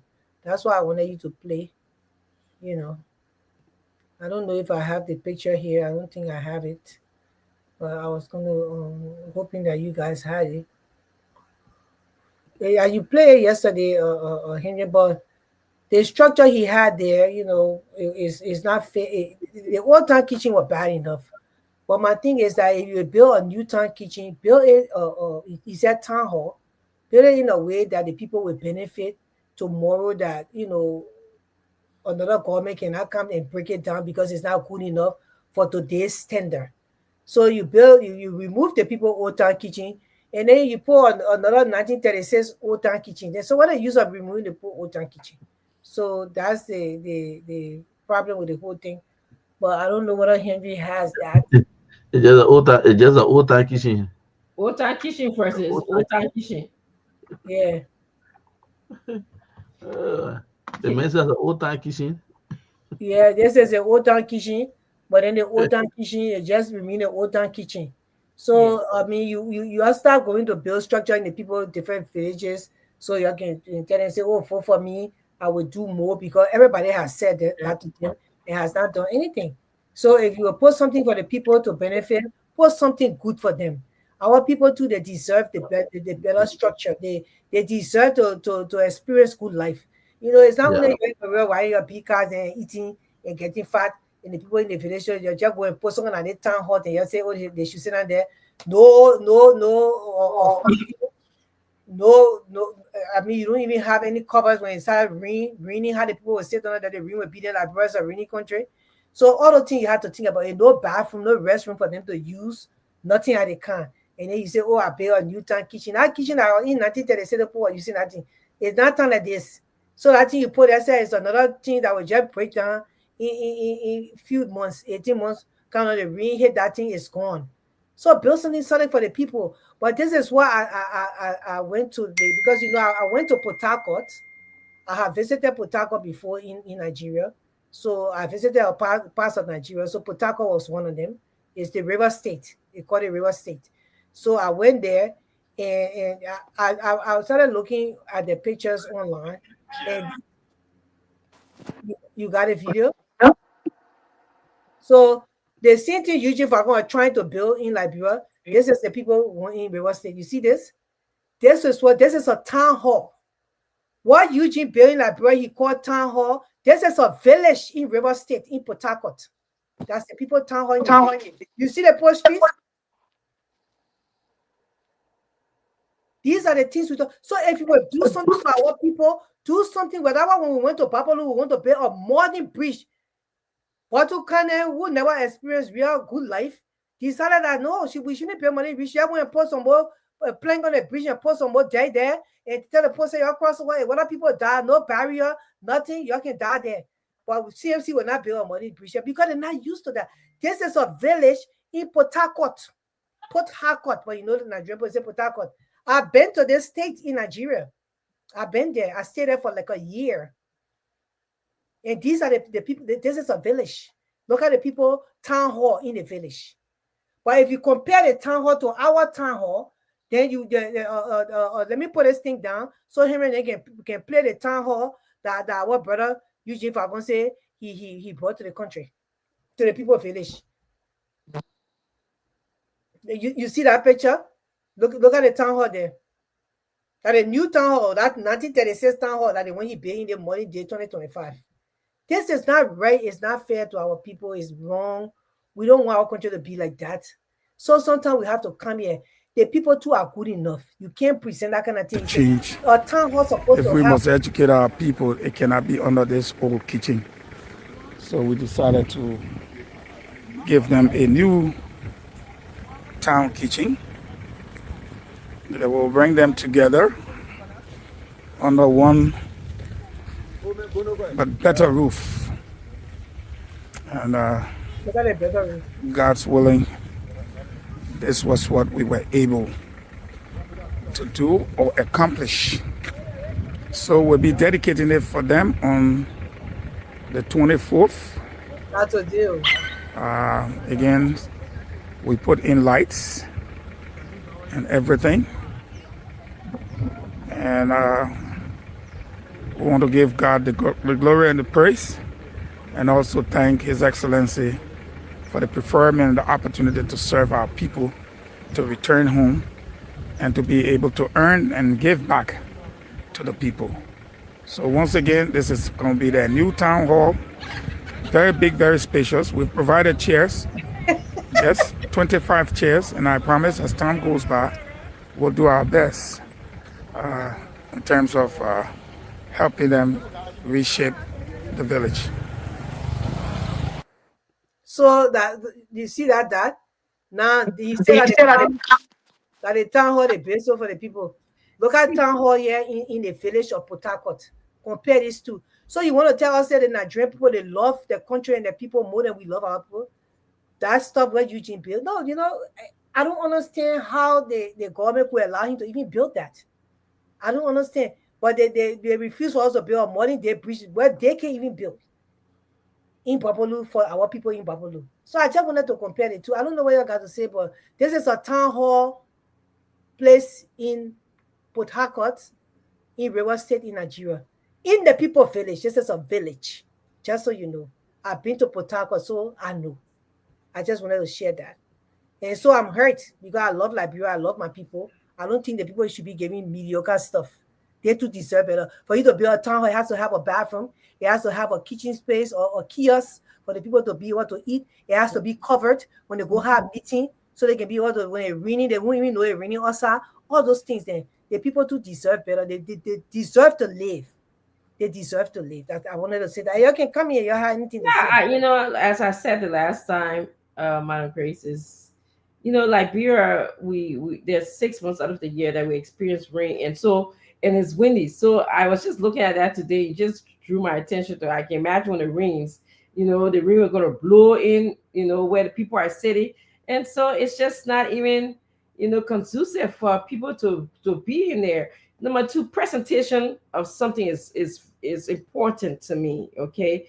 I didn't see any road that led to the townhouse. I just see any road. I just saw like some grass. They cut it, and then they show us 2 poles. You got the lights that you said that belongs to the townhouse outside on those 2 poles, okay? And as you said, when the people want to go to the bathroom, where do we expect them to go? To outside in the bush, you know? So I hope that a lot of thoughts can go into planning these town halls, and also, you know, just using a lot of design that is equivalent to what we see today in the modern world. I was telling you that when I go to my park just to walk, okay, the design that I see there is they have a bathroom, they have a canteen outside. When it's rainy, you know, there's shelter for us to go in. You know, they do have an outside space where you want to sit outside, but it's just, you know, it saddens when we can see a townhouse is just a nothing, you know, just a mediocre upgrade. That's what I want to say from what they had and what I saw on the picture. So I hope that they do better with that. So Nangbe? Yeah, I mean, you know, and these are the people who are influencing, you know, decisions in our government. I mean, that over there reflects his thinking. Yeah. Minimalist, you know, no vision, you know, and just like you all said, a town hall, when the people go there, what are they supposed to do there? You know, no bathroom, no soda counter or anything, you know, nothing. This is probably somewhere you will probably, you know, you can't even tie your goat in that place, you know, for long, for long, you know, and he's very proud of it, and that's the sad thing about it. He is really proud of it. He advertising it. You know, he feels very, very accomplished. You know, and again, these are the drivers, you know, of major decisions in our government. You know, these are the people, you know, who are in charge of our government. And Mr. So Name, what kind of vision can someone like that bring to the table? Go ahead. And these are supposed to be leaders. So as a leader, you're supposed to be able to let people follow you. You know, teach people what's out there, what is better. You know, and I didn't see that. I looked at it. I'm like, I don't see any accessibility. How do we? So people might. What's the walkway? You know, to get to this town hall. You know, what if, you know, if a lot of women are going to be using it, at least we should have somewhere for the children to be, like a nice painted childcare area for the children. You know, I didn't see any of that. So this is what people think about. This is what visionary think about in 2025 and moving forward. You know, you make sure you include all of those things for development. Yeah, but thank you guys. I mean, I just wanted to share with the Liberian people. I'm not going to sit here and allow mediocrity to take over our country, especially when it comes to development, because it's painful. Other people are moving strong with development in their countries, and we are still playing jack track. And you want to tell us in this day and age, you put this on social media, what's wrong with you? And tell us that our people deserve that kind of stuff that are built there. Really, in this day and age, 2025, we are not going to allow that. So we'll speak against it. And so you can open the phone lines. And you know what is sad? I won't be surprised if that thing is charged to LDS account. Yeah, I didn't pay for it. Well, Mr. Namwe. Great. Well, and welcome, man. When that's my boss. The good thing. Well, thank you, Chief. For me, what I see, I think it's a plus for us. I mean, I will give you if I got 2 thumbs up because since our political easier for us, right? Because since our political leaders started the development trend in, like, bro, reconstructing and building bridges and all of that, everybody want to try to do something one way or the other, bro. Exactly. So sometimes when these people there blunder, we just laugh and just take notes because even the people in that village, 2025. They see that thing YouTube Wagon boy didn't say looking at him, they're laughing like, what's really going on with the man? You know, somebody may look stupid, but they couldn't be stupid, you know. But for me, I see it as a plus for our party. The next person like it, they can go do something different again. Anything negative is plus for us. That's how I see it. So I give you 2 thumbs up for giving you another 20 points. That's all. Yeah. So y'all can open the phone lines, Henry, and we will have people call in. It's already 1 minute past 1 p.m. in Liberia. Actually, Grace, before they open the phone line, I wanted there's a training story of this woman who was approached by the police and she resisted arrest and she was, manhandled. That I really thought that we should talk about it. And I want to talk about it in a way that Liberians should be very respectful of the police. The police is the authority. That's the first thing I want to say. Unequivocally, I want to say that we should always respect the command of the police. But on the other hand, I think there was some systematic issues. It's not about right and wrong for me that happened. And if you determine that someone is stealing power, I think that the best thing you should do is give the person notification and then go to court, prove that this person is stealing power tab, and then, of course, let the law take its course. Whatever penalty they have to pay, whether they have to go to jail, that should be, the order. And also some training of cultural competency. If the police, to me, when you're in a position of power, a position of authority, you are supposed to be the de-escalator of issues and events. And I think this is a key point I want to strike, is the power of authority. I cannot go to my classroom to teach and see a student who's acting out, hitting and banging on the desk. And then I also try to act out myself. I got to be the one who would de-escalate the situation. And if I can, I back away and get additional support, But what I saw today was just unbelievable. And I think more training, cultural competency training, more training about de-escalating situation. What do you do? Because if your mantra is to serve and protect, and you going into people's houses, places and things, you should really be thinking about you will meet a range of different personalities, different behaviors, and how you're going to react.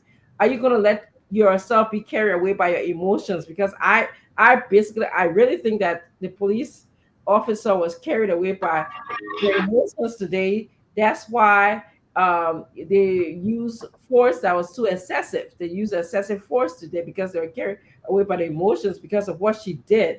Had they not been carried away by the emotions, and if they knew exactly to calm down, breathe, step back, observe this one, well, perhaps maybe she was having an interesting day. Maybe she has her own personality issue. Maybe she has her own mental health issues. I don't know what's going on with this one, but that's the goal of training the police, to be able to sense those kind of things. I mean, nobody in the right mind would just take a chair and bang it.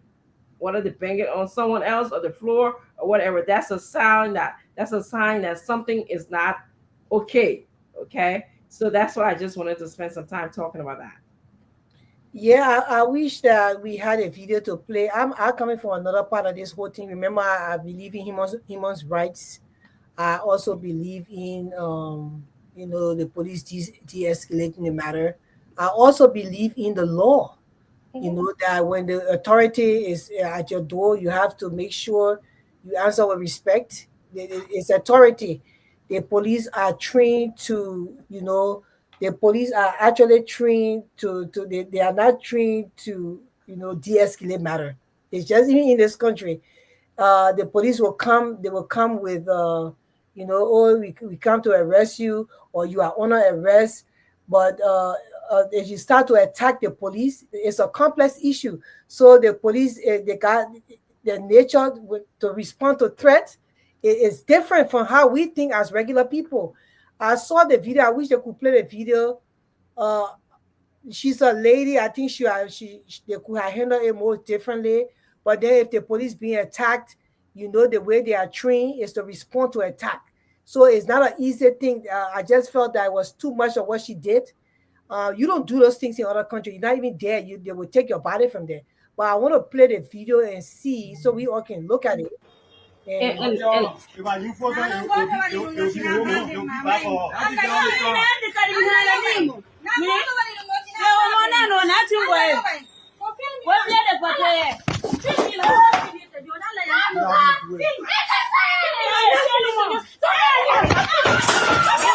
attacked the police.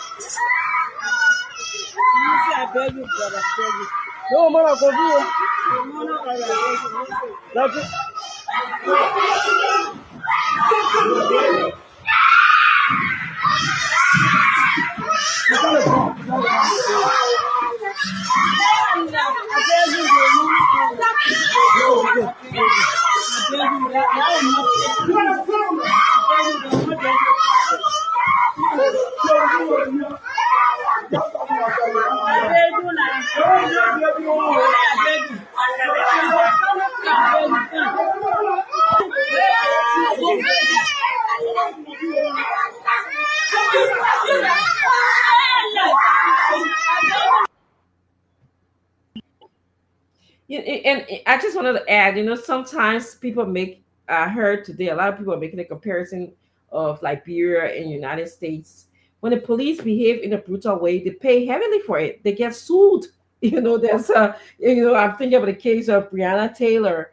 I don't know if you guys remember when the Michigan shot her in her bed, and also the case of Sanya Massey, which is another one where she was not mentally ill and she was boiling her water. She called the police and she was boiling the water, and they were threatening and they kill her. But the police department and the state pay heavily. So if that woman was in this country, she would be, she would be capable of suing the police department. If she was in this country and my husband was a police, I would sue her.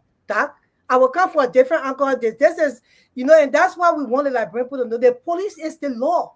When the police go there, I don't care how right you are in your situation, ma'am, we are going to arrest you. You show your hand. You have the right to remain silent. Anything he say against you, I will go to the police station. That way I will lay my kid. This woman took her chair, lift it up in the air and hit the police. It depends on the police you meet. It depends on the nature of the situation. That was an attack on the police. Police are trained to react to threats right away. So I understand where you're coming from with Sandra them. But remember, Sandra, once the one attacked the police, that woman with the hot water, the police just felt threatened because she just wanted to take her hot water from the store. I think, and they felt threatened by this woman actually took the chair. She even wasted the soup. She attacked the police. I don't think, for empathy's sake and for sympathy's sake, the police should just let her go, okay, she's a woman. And, I feel empathy. Maybe she's scared. And I will arrest her, in a proper way. But at that point in time, police are trained to react to threat just like that. And that's why I even said to my family, my friends, when you are stopped by the police, first thing you do, just put your hand. Anywhere you are supposed to be arrested. Tell them, say, my hand here. Arrest me when I go to the station. You call your lawyer. She attacked the police. The police could have been hurt. Actually, she did it with or strength. She threw that police. In this other case, the police should be suing her. The man just went there to do his job, and she attacked him, and then she held on to her baby after they were carrying her. Then she held on to the baby. They were supposed to there. I wanted them to bring somebody in to make sure they take the baby away from her. But I felt she should have been arrested and she should be put behind bars for what she did to the police. I don't know the whole nature of the story, Madam Grace, and if there was a warrant for them to arrest her, or what took the police. So I don't know the nature of the story, but I know there's a move in this country, because I'm in the mental health field, to increase people, to increasingly add mental health component to the police department. Okay, there's a move to increasingly teach the police about de-escalation techniques. Obviously, there was a lot of noise in the background going on there. Tune in to what's going on, your awareness. They are there, they are in the position of power. Okay. And in this country, I'm taught, if I'm in a position of power, it's like many days, I walk into my classroom, being the only minority person there, I get students acting out. So I'm in a position of power. Do I act out? Oh, my students are, well, no, that's not my training. Okay.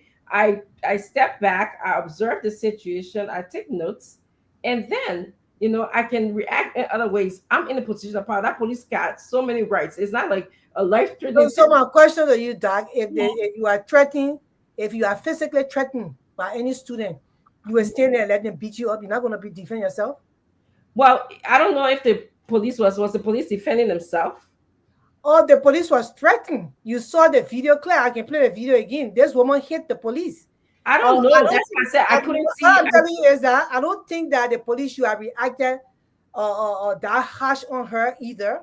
Yes. I don't think so. I think they could have done it better, because she's a female, number one, and she did not pose any threat to say she had an arm and she was going to kill somebody. But she also threw something at the police that could hurt the polies. I don't know what she threw. I'm sorry. Sorry. I can play it one time. Let me just say the Grace, when you play it, right? Let me tell you my takeaway, right? One, if you watch the clip, the police did not seem to adopt a threatening posture towards her at all. True. Two, if you listen in the background, they say, "You'll go find the papier." The police did not go for her. Oh. Okay. Yes, there is somebody in there and say, "Where the papier? You'll go get the papier." Okay. So he did not go for her. And I agree with you, Dr. Regis. Look, I remember over 40 years ago, police people, LEC people used to be at the pole and people stand under the antenna. If you don't come down, I will shoot you. Yeah. So by now, LEC should have a policy now to be able to serve people instead of going to people's houses. That is wrong. I agree with you. Absolutely wrong. And there's a system failure there. But this lady, what she did today, never mind that she's a woman, never mind that she's a Muslim, never mind she's a Fulani. I think she was beyond the pale. I think what she did, disrespect to the law. We can't allow that to keep happening in Liberia. We have to learn to respect the authority, the law. The policeman comes to your house, you have absolutely no right whatsoever to take an object and hit them the way she did, especially when they are posing no threat to you. So I really hope that she will be made to pay. She has to understand that you cannot attack law enforcement. That is criminal. It's not allowed. Yeah. So I have sympathy here that you brought the child in and all of that. The child was not in the picture. I think she was just looking for cover when they were trying to drag her out. And that's where I disagree with the police, dragging her out and all of that. That's my point. That was excessive force. The police is always in a position of power to me. Yes. But Farafi Samawaro, he said that no, she was attacking the person recording her. It was not the police. She told the person, "Stop recording me," but they wouldn't stop. She threw the chair at the person and not the person. police. The person was not. The thing is that the police were right there. She was just asked the police, "Can you tell him to stop recording me?" But she threw the chair, and then Alfred Bidi, who don't have no respect for himself, wrote here, "We talking nonsense." So how you come on a platform? You don't have any other words. You don't know how to communicate. But then you start to tell people they're talking nonsense, but you don't have words to even express yourself. That's very rude. And so we don't deal with people like you.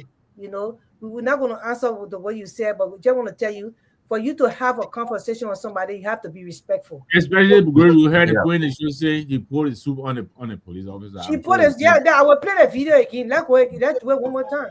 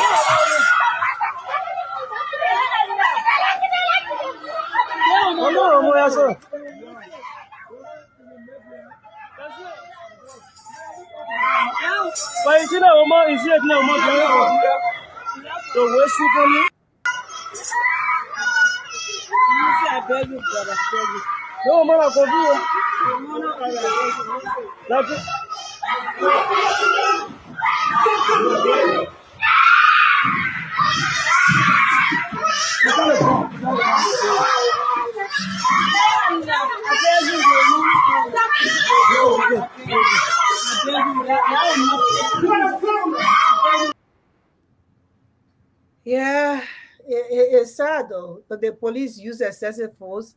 The police are trained to use excessive force, especially if they see a threat. I don't know whether that was threat enough for them to use that kind of excessive force. But they can see in the video what really happened. Who she ready through the chair? People will say what they want to say. I don't know who were there, but I always advise people when the police come, you have to remain calm. Absolutely, you have to remain. Let's listen to what they want you to do.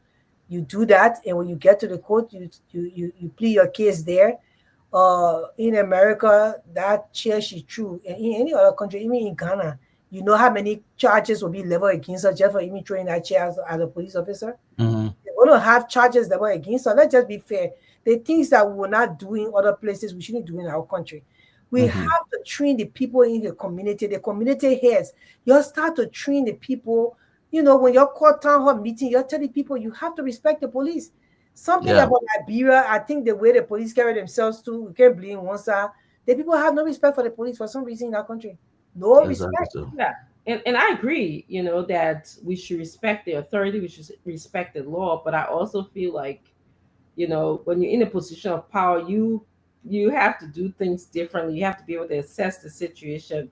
You have to be able to, who was she? We don't know who she threw the chair at. You have to be able to know where you in. Like, are people respectful? Is it time for you to remove yourself from the situation? This is what make you the police, and that's what make her citizen.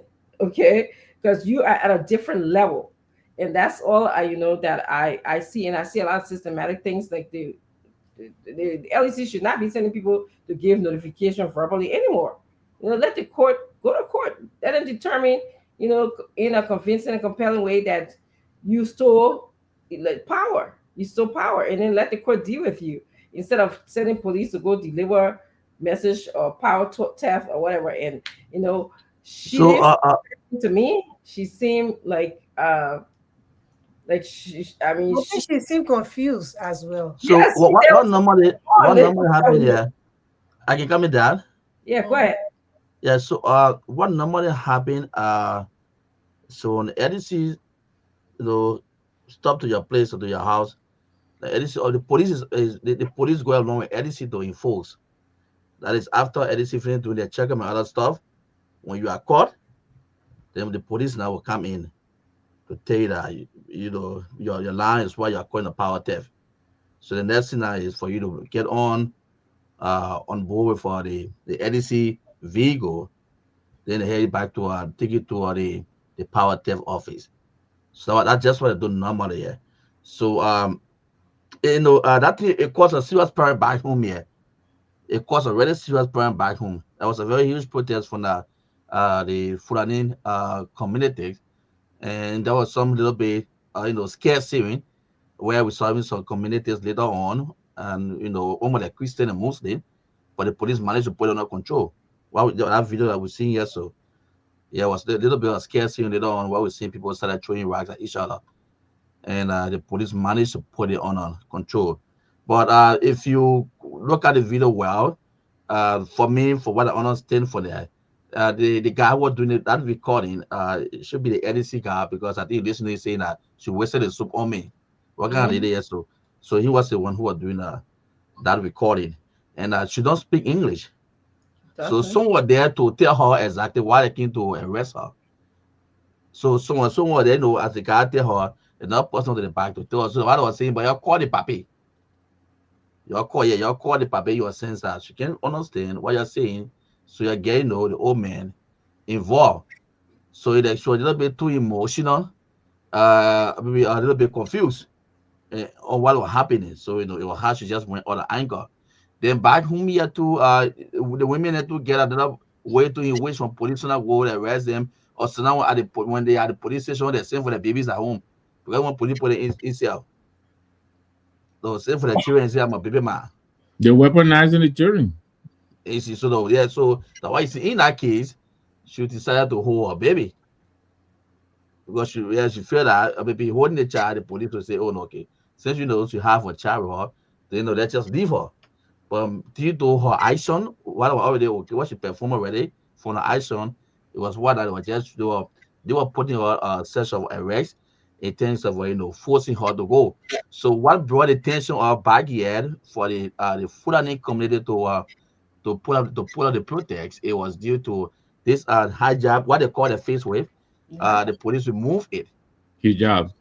So they say fine. So traditionally, they don't do that. So it was something very serious.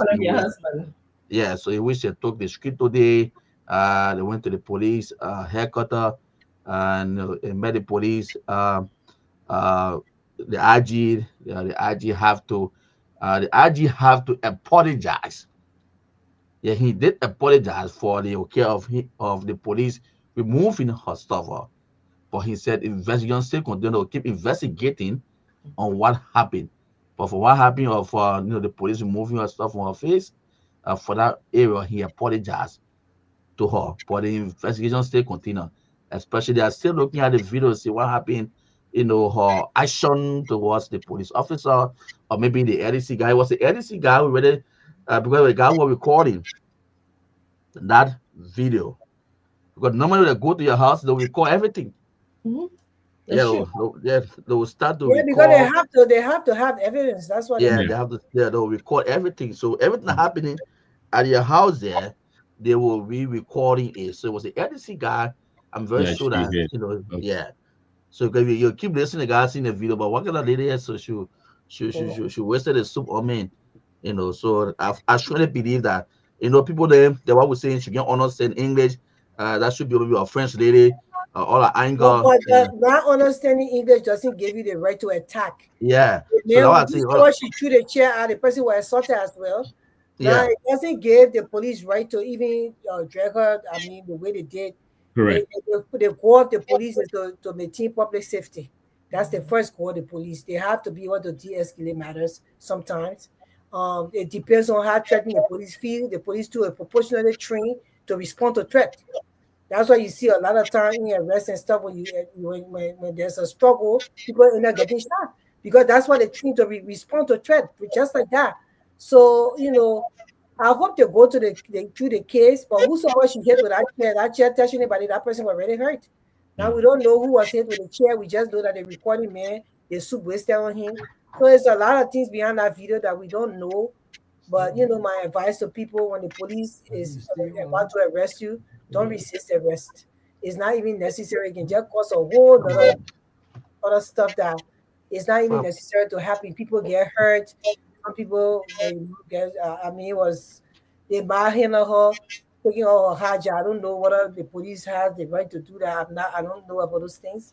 I'm just saying that my goal here is to tell people don't resist arrest from the police officer. I don't care whether you're in the right. Just make sure when you are arrested, you go where you're supposed to go. Then you explain your case there.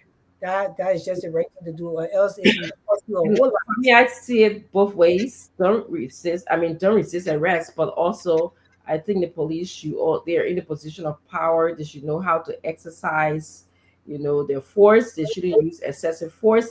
She was not as threatened. She didn't have a gun or anything like that. I mean, we think about the George Floyd situation in this country where the police did use excessive force and the state of Minnesota is paying dearly and many states tend to pay dearly. So I don't know if we can compare those incidents. But I Or, think or own sisters were telling the police officer, sorry. Listen, this is the Yeah, video. but now you can't compare George. But George They Floyd tell never me, resisted yeah. arrest. He never threw nothing at nobody. no, well, that's true. That's the case was about the police using excessive force, right?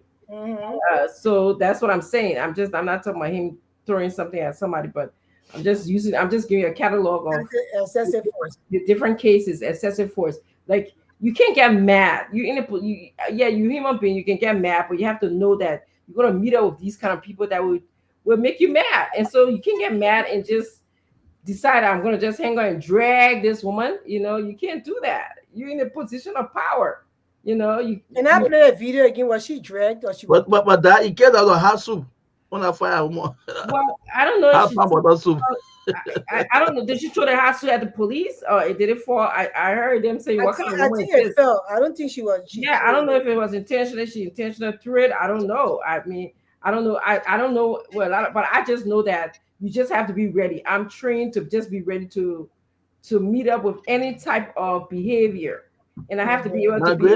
Someone just sent me something. The aftermath of that video, they just sent me it. Yeah, I sent it just now. Okay, but here I'm supposed to be playing this video. Doug, are you marking these things here and not playing this video? Yeah, so we want to. Yeah, why are you doing that? First, let me thank Ansu for the additional clarity and also Paraffin in the comment section. She provided a lot of clarity too. So obviously, there's probably more to this that we haven't seen. So thank you too. But I got to say one thing too that is a little bit outside of this. The government of Liberia has to find a way to penalize this stone throwing. Every little protest, people go in the streets now. People start throwing stones. I think there was stones thrown through. It is very dangerous, and these stones do not discriminate. They need to find a way to really, really try to handle that.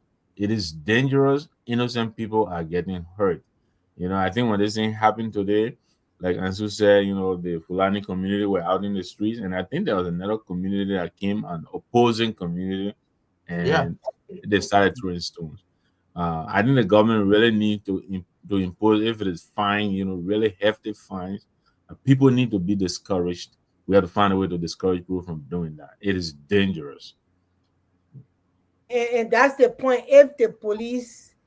If she had not resisted arrest, if the police had not used force, all these things were not going to take place. So that's why what people have to be careful. The country already, the hospital system bad up. You get hurt from those things, you're going in, and maybe you're not even going to be treated. So to avoid, just to do the right thing, and so everybody can just go home in peace. That's all you have to do. Everybody who comes to America and they meet me, my brother came, I told him, I sat him down a whole 3 hours explaining to him about police situation and how you can't resist arrest. This is not Liberia. You cannot insult the police here. And that should be a community training thing across the country where the community heads have to be telling the people in the community, you can't challenge authority. You just can't. And we hope that the police should also have not use too much force on the people as well. Try to understand them, but the video happened so quick. I saw the police standing there, and then all of a sudden I saw this woman throw something, and then all of a sudden I saw soup being wasted. Now we're seeing people throwing stones. It's bad for the country. They don't need these kind of things in the country at all. So how can you try to de-escalate? The police too has to be part of, bringing awareness to the people that when we stop you, you have to stop. And they have to do that, or else. And sometimes I will not, Grace, and I hear what you say, and I do believe in what you say. Like, of course, we have to listen to the police. The police is the authority. But what would it have taken from the police to just have your citation ready? As opposed, what's the point of dragging her to prove what your power at that moment? So just go. You have her. You know where she is. We know you have evidence that if it claims that she threw chair or spilled soup or whatever on you, you have that already. You have the power now to take her to court to get her. Why is she resisting arrest? Because she resisted arrest, though. Yes. So then what? So what do? You just write it. You take notes that she's resisting arrest. So by you dragging her So how were they coming to arrest her after she resisted arrest? Well, they have police have a ways of doing this. They can surround your house. They can use a hostage technique where they continue to tell you that they're coming in and they coming with force. They have different parts of the police department that can just come in with force. They can tell people to remove, like everybody get out of the area, clear the area out. They have different ways of doing that to get one person. And we have seen it in this country before. But I'm just saying that, I mean, it's like, why go through all of that when you're in a position of power? You know, why drag her, cause all of this craziness that happened in our country today? Why do all of that? Yeah, I understand where you're coming from, but then these people are going to be dictating to the police authority on what to do. You cannot dictate on how the police will arrest you. I'm so sorry. Maybe they won't really understand English or something, but I guess people were trying to know what was going on. But my thing is that if the police don't arrest you, they just take note. So the police will be afraid of everybody. So I mean, the thing we don't know what really the police should be afraid of everybody. If you go to them, I trust you. Are you? The police say, "Oh, let me just tell you, and go to the police station." That's exactly the role. The police should maintain firmness. You know, they should have the duty to protect and serve the public. That's what they should be able to do. But I don't think that they should be afraid of anybody. But I mean, I just think that they could have handled this situation differently. And they should always respect authority. You know, when you come to my door, you have all right to be there. You show me you have a warrant for me, I will respect that. But if you don't have a warrant, you're just walking by, no, I won't do that. But the police had something in here. They were talking to her, and she took the chair and she threw. But look at the aftermath. Let's see the aftermath. What happened? Yeah, there was a huge problem. Now they started throwing stones. You see that? That's what I'm saying. Why all of this? But anyway. Yeah, that's exactly what I was talking about. Look at that. Look at that. So why should we? Why? Yeah. You threw in stone. The person you threw in the stone at was also the situation as opposed to also throwing the stone back at you too. Yeah, and so this escalated the situation. So you have to get to the move of the place of de-escalating situations. You know, not to make our country go into barbarism. That's it. You know, you can't do. Aggression cannot beget aggression. You can't. It doesn't always work. Even when you're doing children small in this country, even though we spank them, but when we practice corporal punishment, they are doomed for the state prison.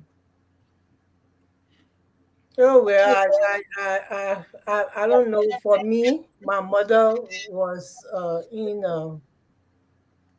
security. She was second time in her life, so I know how that they show us how to respect the police. Most of my family members worked with the police back in the day, so we respect it. So I don't know how. I still can't fathom in my mind how would police come to arrest you that brave to just even throw something at whosoever around you. You know, it's just I don't know. But people will never understand what happened because everybody has their own story on this thing. And I just feel like I think something was going on with her mentally. Really, that's how I see. But yeah, that was not a normal situation at all. It was not normal to me. Yeah, and our police have to be trained to assess that. They have to be. They have to be trained to do that. And also have to learn how to de-escalate. And that's where the de-escalation comes in because obviously, you could tell that the tension was building up. Yeah. You know, the expression. You know, people were. She was feigning that fire. She was just feigning that fire. Exactly. So I was paying attention to all that. Yeah. So. Yeah, but also open the phone lines. I mean, let you for the people. Yeah, we went to the TMC website was launched. So yeah. But when are you sleeping on us or what? No, I enjoy it. I just listening once in a while, but I wanted to ask question just a few seconds ago when you're talking about this. You know, man, something telling me in the basement. Where I did. No, you also on the push, Mr. I also in the meantime, if you talk to the PR, he had graduated from the drama now to my own people, you know, I'm running. But the thing you're talking about this. Well, there's a press release from Citizen Movement for Change. I will read that, but go ahead. We have just released there's a press release. You know, we all have our individual or input on this thing, but also Citizen Movement as a party has released a press statement on this. So I will read a press statement when William is done. Yeah, but the only thing, Dr. Frenzy, I just need maybe you, Dr. Frenzy, and Mr. Dunbar, one of you can help me answer this thing, because what do you think if this was the same, mechanism the police were using? Because remember that this lady we're talking about here, where one group thinks she's wrong and she's right. The police remove her hygiene from her face and all those stuff. I think pertaining to power theft, I think it was alleged. I don't know if it was actually proven that she stole life or somebody in the neighborhood stole life. Now, what do you think if the police were using the same force on our lawmaker and our government official who just everything steal $50 million, $25,000? What do you think if the police were using the same system to go after them? What do you think? Tell me, William, tell me. Because this woman is an ordinary low poor woman who maybe trying to get by, who maybe afford to buy her own baby and milk to eat, so she got to find a way to school, which is also wrong. But it is just something that was alleged that this woman. I don't think it's proven that she the home that she's occupying, the owner actually stole life, because someone there saying, "Oh, the papa is not here." But what if? I just want to just help me answer. What if this was the same force the police were using every day, just by hearing that this other minister, that other minister, he came to power, he couldn't afford to buy a taxi. Now he has scored $1.5 million. Why are the same force the police were using on these people to see where the money going? I mean, I just need to, that's my confusion right here. I just don't know. You're in the country, man, but you can't compare these kind of things. You need to stop. It's the same thing, Grace.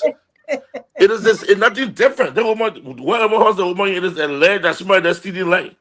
So the same allegation is never every day against top government officials. Well, if the police are giving authority to go arrest the officials, they will go arrest the officials. And then if they resist arrest, maybe they will use force. Who knows? All the people are the same people, but we'll change it anyway. Yep.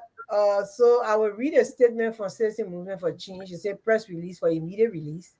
CMC calls for calm. The CMC calls for calm, rejects tribalization of police incident, and urges respect for all communities. The Citizen Movement for Change, CMC, has followed with deep concern the recent incident involving a female member of the Fula community and officers of the Liberia National Police. The episode, which has gained significant public attention and emotional reaction across the country, is unfortunate and deeply instructive. While it is true that the video circulating on social media do not provide a complete and contextual account of the events that led to the confrontation, the footage we have seen depicts a scene that has rightly provoked national conversation. We commend the Inspector General of Police for his prompt leadership in calming tension, apologizing to the Fula community and the family involved, and most importantly, committing to a full-scale and impartial investigation. We believe such an investigation is necessary and urgent. It must consider all the events leading up to the incident, including what may have transpired before the movement captured on video, what triggered the woman's action, and how law enforcement responded. Only a comprehensive review can give the public an accurate understanding of what occurred and help determine where accountability lies. It is also essential to state clearly that even if the woman's actions were inappropriate or violated the law, as suggested in some accounts, the response to such behavior must remain within the bounds of professional policing. But more importantly, and perhaps most dangerously, we strongly reject the tendency by some to extrapolate this individual action to an entire tribe or religious group. Oh Lord. An alleged individual wrongdoing must never be used as justification to stigmatize or target an entire community. This incident, however, regrettable, must be treated based on the individual's conduct, not her ethnic or religious identity. The Fula people are citizens of this country. They are our neighbors, our business partners, and our fellow Liberians. Their contribution to life and the economy of Liberia is substantial, and should never be dismissed or demeaned. What concerns the CMC even more is the disturbing attempt by some unscrupulous individual politicians and ordinary citizens alike to politicize and tribalize this incident. This is unacceptable. This is unacceptable, and it is irresponsible, and it is dangerous. As a nation, we must learn to view events like this through the lens of justice and due process, not tribalism or religious bias. Liberia is a home to many ethnicities and religions, and we must rise above our differences to build a fair and inclusive nation. As we await the findings of the police investigation, we urge all Liberians to exercise restraint, refrain from inflammatory statements, and commit to peace and national cohesion. This is not the time for division. It is a moment for introspection, tolerance, and unity. Let this be a turning point, a reminder that every citizen, regardless of tribe, religion, or gender, deserves to be treated with dignity and fairness under the law. Thank you. And this is issued by Citizens Movement for Change, CMC, July 24th, 2025. Now, people now have started to, everything they divide Liberians. And every time that we bring tribalism and religious divide among us, it will bring problem. Now, in situations like these, people will have different opinions, and it's okay. But the power we start to, you see, like that, she have opinion, I have mine. There's a number king for another. So we all are CNCers, but we had different opinions on this. It didn't hurt us to share it. We were not digging at any tribe. We didn't talk about religion, but we just talk about what we saw and those people that they happened to that was caught up in the situation. They are all Liberians. So we are not seeing tribe here. We are not seeing ethnicity. We are not seeing religion. We are not seeing anything. We just seeing what happened with our input on there from the video that we saw. So, we thank the Citizen Movement for Change. We are all part and parcel of this statement. So we are waiting for the police investigation to take place. And everybody will conclude in their mind from there. But we also, I personally want to say from my background, for me individually, that I think excessive force is not necessary in situations like those. I also think that people should learn to respect the police. When the police show up, when they say they're going to arrest you, you have to adhere to that and make sure that you have the people in place. So when you get to the station, whatsoever will be. But we know the two sides is not adding up. The police supposed to also learn in their training to de-escalate matters, especially when they are not in a threat for somebody to die. They can de-escalate any other matter quickly and for the citizens to be safe, because they're also supposed to be able to provide safety and security for all citizens. So, and that's where I'm coming from. So, Ansu, you can open the lines, my brother. God, I don't know whether you're sleeping. Ansu, can you please open the lines? Thank you very much.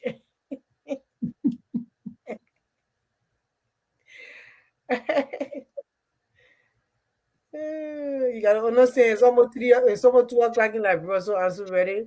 You want to know. I don't know whether he drink their coffee, you got percolator break. That's why I keep calling it percolator break.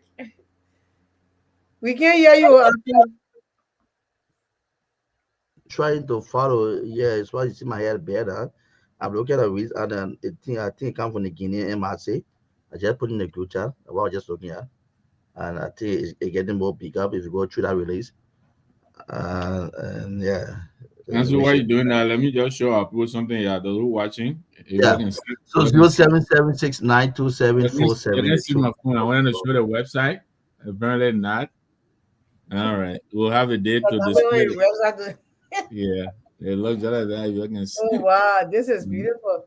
We're going to share the website tomorrow, because tomorrow is going to be a very packed show tomorrow. Okay, all right then. Good.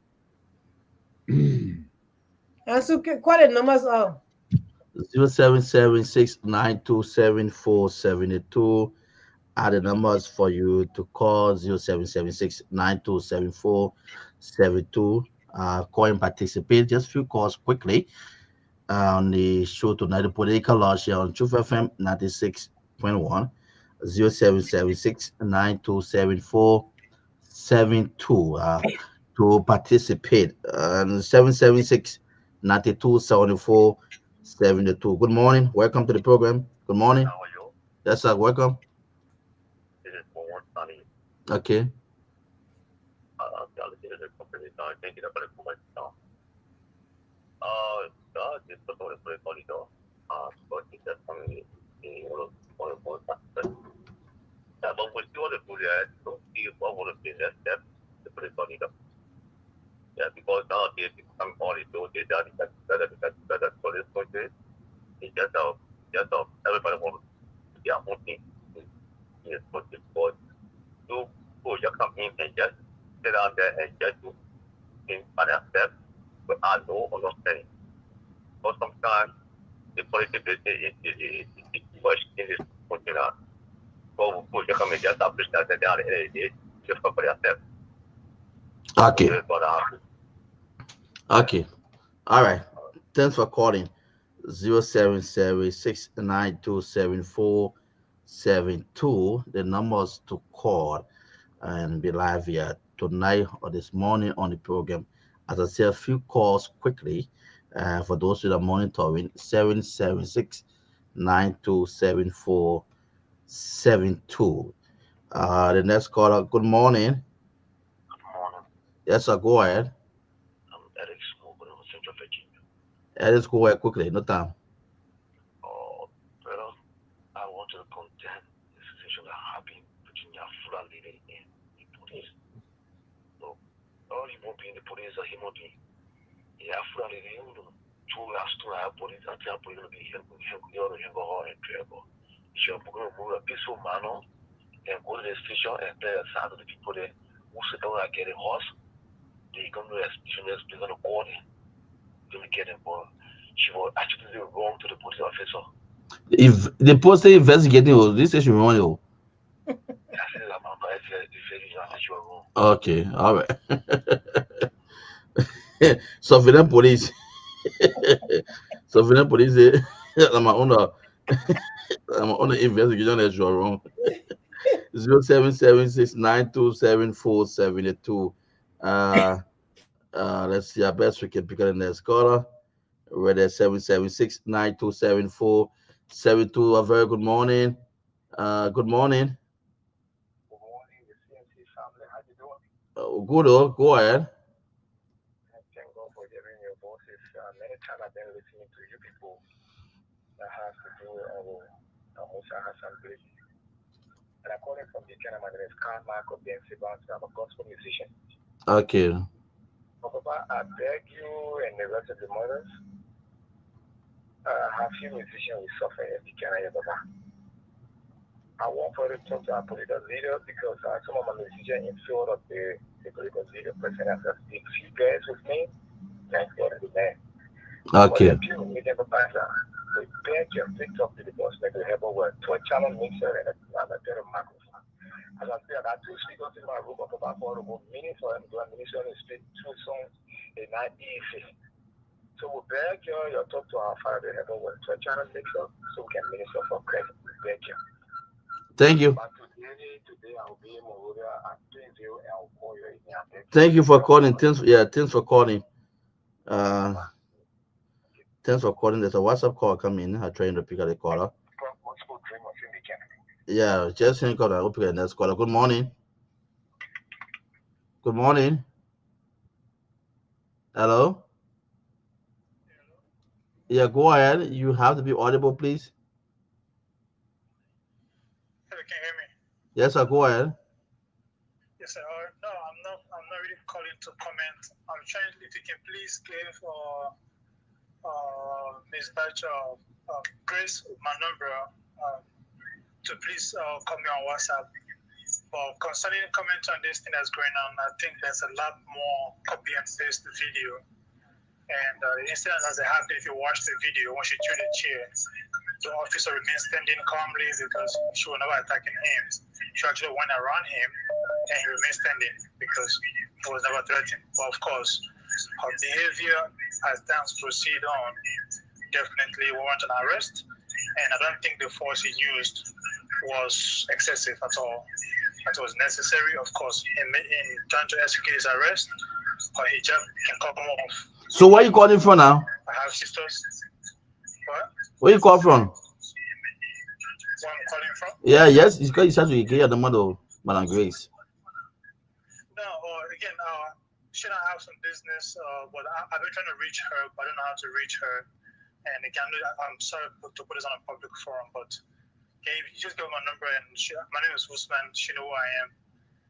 And I think, but I'm currently, anyway, I don't want to go into that, but you can just my own little comment on this thing. Okay, Usman. Her behavior eventually was unnecessary. But I don't think the force was excessive. Initially, what happened with the baby pulling thing, and what was in the video? What happened after the video? That's another video coming out, but that's a different story. But what we see so far in that video, though, I don't think his actions were unnecessary. I work in law enforcement. I think it was necessary to get her to comply. Her hijab coming off. If you're going to arrest somebody with force, of course, hijab will come off. These things are not tied to your skin. They will come off eventually. So that's where I'm coming from. But anyway, you're good night. Okay, thank you. The last caller. Hello. Hello. I tried to get it through. You the last caller. You the last caller. So I'm trying to put it through. Good morning. Okay, let's just hold you there. Madam Grace, Mr. Nangwe and Dr. Richardson, I think we can pause the call there. Okay, so yeah, go ahead and pause the call. I mean, this was a good show tonight. We thank William for coming on. This is his first time. We hope next time he can show his face because we know that he's not at work tonight. So I don't know why he doesn't want to show his face, but we hope that next time you come here, you show your face. We are not keeping people in the dark. This is CMC. You come here, you show your face. Yeah, I'm gonna say so. And the show went on well. We hope that we hear from the police investigation. As our release said, we hope they have a very quick and fast investigation because right now the country is divided on this, and so the people can have the information and whatsoever that information would be helping Liberia with, they help Liberia with. But right now the divide is too much, and it's so sad to see Liberians in everything there should be a divide, especially when they equate it to tribal and then they don't see what I can get you. Yeah. Madam Grace? Yes. Yeah, this person is calling from the USA. They're ready and asking me to get in through. Okay, go ahead. So yeah, before we close. Go ahead, my brother. You're alive. Yeah, okay, good morning. This is good morning your time. My name is Tele Bede. I'm calling from the USA. I just want to contribute to the topic here on the discussion. We want to just make clarity here because Liberia is what we have. I understand there's excessive force by the need of alleged by the police that they have excessive force. But also in the meantime too, if you know that you have a relation and your relation is bound by certain laws, you shouldn't have crossed those laws because if you do, if anything had to be the alleged crime leveled against you, your right have been waived. Second thing I want to compare. I was right in the country when George Floyd was murdered. This is not a comparison of George Floyd to that what the woman did. George Floyd did not do anything that could resist him, but the idea of those police people went there, they got family, and then she trained stuff, whether it's by the LEC people or maybe the police, it was very wrong. Here in the Western world we live, when the police come to you and stop you on traffic, what you do, you put your hands on the wheel. Any resistance when you are shot, that is the prevention of the police being in a harm's way. So let us just balance the equation and let us know how to get the information to our Liberian people so that people can learn from what we say. Because when you are playing on the woman's side, and then you're giving other people the authority to do what they want to the police. So let's balance the equation. That's why I called in this morning. Your time is about afternoon to me. So I want people to know that whatsoever that happened, that will be coming for throwing stone at police is just actually not necessary. But those people have family to go to, and they have family to come from. So let's look at the equation, the big balance. That's what I call it. Thank you for taking my call. All right. Yeah, I managed to squeeze you in. So thanks. Thanks so much. Let's Huh? go back to yeah. And Mr. Nambe, you can come in now. Yeah. I wanted to be clear that for me, it was being in a position of power. It has nothing to do with your religion, your tribe, your gender. But if you're in a position of power, I expect that you'll be held at a certain standard and should be able to engage in de-escalation training, cultural competency training. Uh, you should be able to understand the behaviors of people that you work will be different across the board. Uh, I often ask the question, what if I do this? What do I expect to happen? And most of the time, aggression begets aggression, violence begets violence, most of the time. So when I use the analogy for George Floyd or, Breonna Taylor or Sonny Massey, I'm just only talking about a lot of times there was a comparison made if you're in America. People thought George Floyd was resisting arrest. That's why he was held the way that he was held. Okay. So and that's the analogy that I use, that it's possible that in another country that the state will have to pay for this. Your family will make up handsomely from the violence or the excessive force that the police use on you. So that's what I'm using that analogy. But it's not about tribe. It's not about gender for me. Is I work in mental health hospital. If I go in the mental health hospital and see a client acting out, am I supposed to act out on the client? When I go in the classroom to teach, and see my students acting out because of the way that I look or who I am I supposed to do the same thing that they do? No, I'm a professor. I'm the psychologist in the room, so I'm expected by my ethical and professional code to behave differently. And in the sense of danger, I seek help.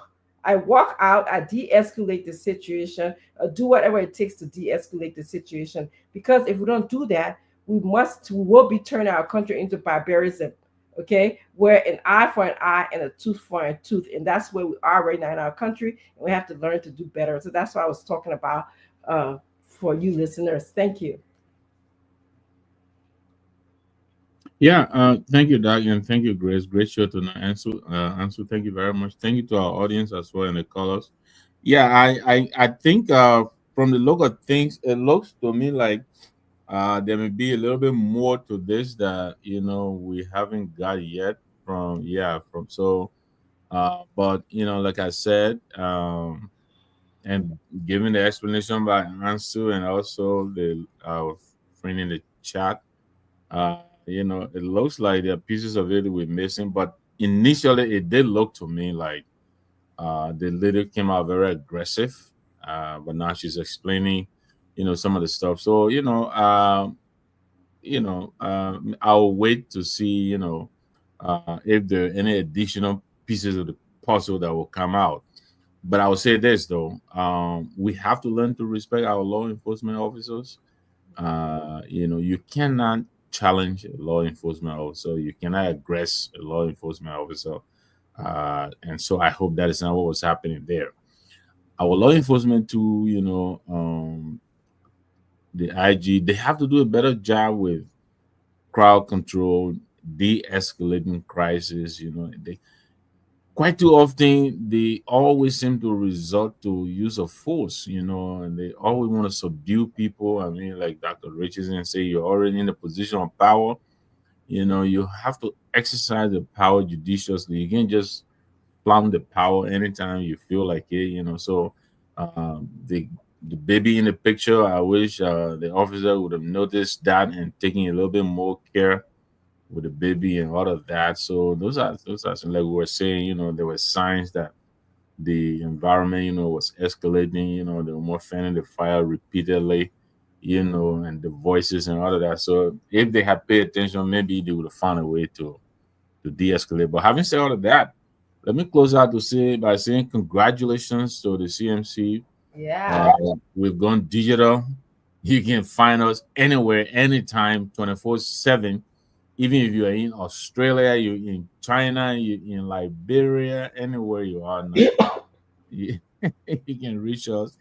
CMCLIB.com. Go in there, sign up, and join the movement. It's been a great show tonight. Thank you for the opportunity. Amen. Thank you.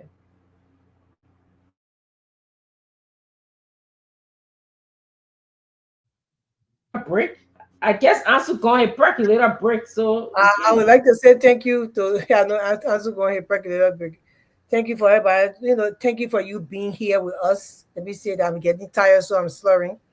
It's been a really wonderful day today. CMC launched their website. We have a membership drive going on. A lot of people already registered. Doc, you come by here, you need to have your ID. Everybody registering, Mr. Number. But I gotta ask though, let me not interrupt, Grace. What about the contact form we fill out? Do we still need to register or? The contact form that was filled out, the technical team will be using that contact form to register the people on that contact form. So you can go register yourself. If you already registered, you might probably just send your stuff to use. That contact form was just to have the data to see who all was really getting on. But it's not. If I were you, I would just go register for myself. So we will try to register everybody on that form. It would take time. Yeah. So you just go and register yourself. If you already registered, the system will tell you already registered. Then you can contact the people that are responsible to send you your card. But CFC register that they had a membership drive going on. The website is here. We are going digital. We feel good about that. And we are proud of the Citizens Movement for Change. We want to say thank you to all our people responsible for this. We also want to say thank you to our PL for his insight. I mean, his knowledge and his imagination, because imagination can be more greater than knowledge. And the thing he wanted to do, how he wanted to do it, and he laid out to the team, and everybody had an input on it, and now it worked. We have a website at registering people, so we are very proud of that. First time in the history of Liberia for a political party to have a digital registration going on. So it's a kind of plus for the country as well. Yeah, so we are very, very happy. And and I just want to say, join us, join the movement. I also want to say I'm connected to CMC so deeply, it's not even funny. Today is my daughter's birthday. The website was launched today. So today, 24 years ago, I had my first child. So I just wanted to show we had a little bit of celebration. We have fun. Me and my kids, my husband was busy working. He couldn't be a part of the enjoyment. We sent him the picture. He sent crying face. Oh, yeah, but he was 24 today. Princess Vanessa has turned 24. She's 24. She's always moving into her queen status, but she's still got a couple of years to be queen. This is Princess Vanessa. Hi. Aww. So the connection is there. CMC launched a website on my daughter's birthday. So and that's how everything is. Happy birthday to her. What's her name, Grace? Vanessa Jendi. Vanessa. Happy birthday, Vanessa. Happy birthday. And thanks to Bosh. I know he's in the background, he's listening. And I say hi to AB too. I know they're in the background, they're listening. Yeah. Oh, they're listening. They be working and listening in the background. Bosh is a strong CNC member that he has the realtor eye. Trust me. He be checking everything and making sure everything is great. So yeah, they're all working in the back. AB is the same way. I've seen him being to the house. He's very passionate about the political party and what Liberia can benefit from this. So we are happy. We want to say good night to everybody in Liberia Radio Land listening. We love you guys. The people on Facebook, YouTube watching. Tomorrow is going to be our celebration for July 26th, which is on Saturday in Liberia. Yes. Tomorrow people will be winning $10 per call. You see, so I didn't see Abba here tonight. I know you'll be here tomorrow. Oh, Abba will be here tomorrow. Trust me. You'll be here tomorrow. I will be here tomorrow. So tomorrow, make sure you come on. We want to make sure we start on time. The show will be short because we want people to call in and win the money for the 26th. Yes. If you call, you record a lucky number, you will win $10 automatic. Will be sent to your cell phone or your mobile money before the morning, so you can have a beautiful 26th. So, thank you guys. CMC for the people, by the people, with the people, for the people, everything added. So we thank you guys for watching, everybody. CMC for the people, by the people, and to the people. Citizens Movement for Change. Oh yes, a new day has come. Yes, a new day has come. Rise up, Liberia. CMC. CMC, by the people. Let us join our hands together to build a better life. CMC, CMC, for the people. CMC, by the people. Let us join our hands together to build a better life. Equity, national unity, transparency, accountability, social justice, integrity. CMC core values. CMC Global. It is a new day for Liberia. It is a new day for the people. Let's all together. Let's all together. It's a unity. Raise up your hands. CMC. The land of liberty, the land of freedom, the love of liberty brought us together. Let's hold together in peace and unity to build a better Liberia. CMC, CMC, for the people. CMC, by the people. Let's hold together in peace and unity to build a better Liberia. CMC, CMC, for the people. CMC, by the people. Let's hold together in peace and unity to build a better Liberia. CMC, yes, yes, yes, the time has come.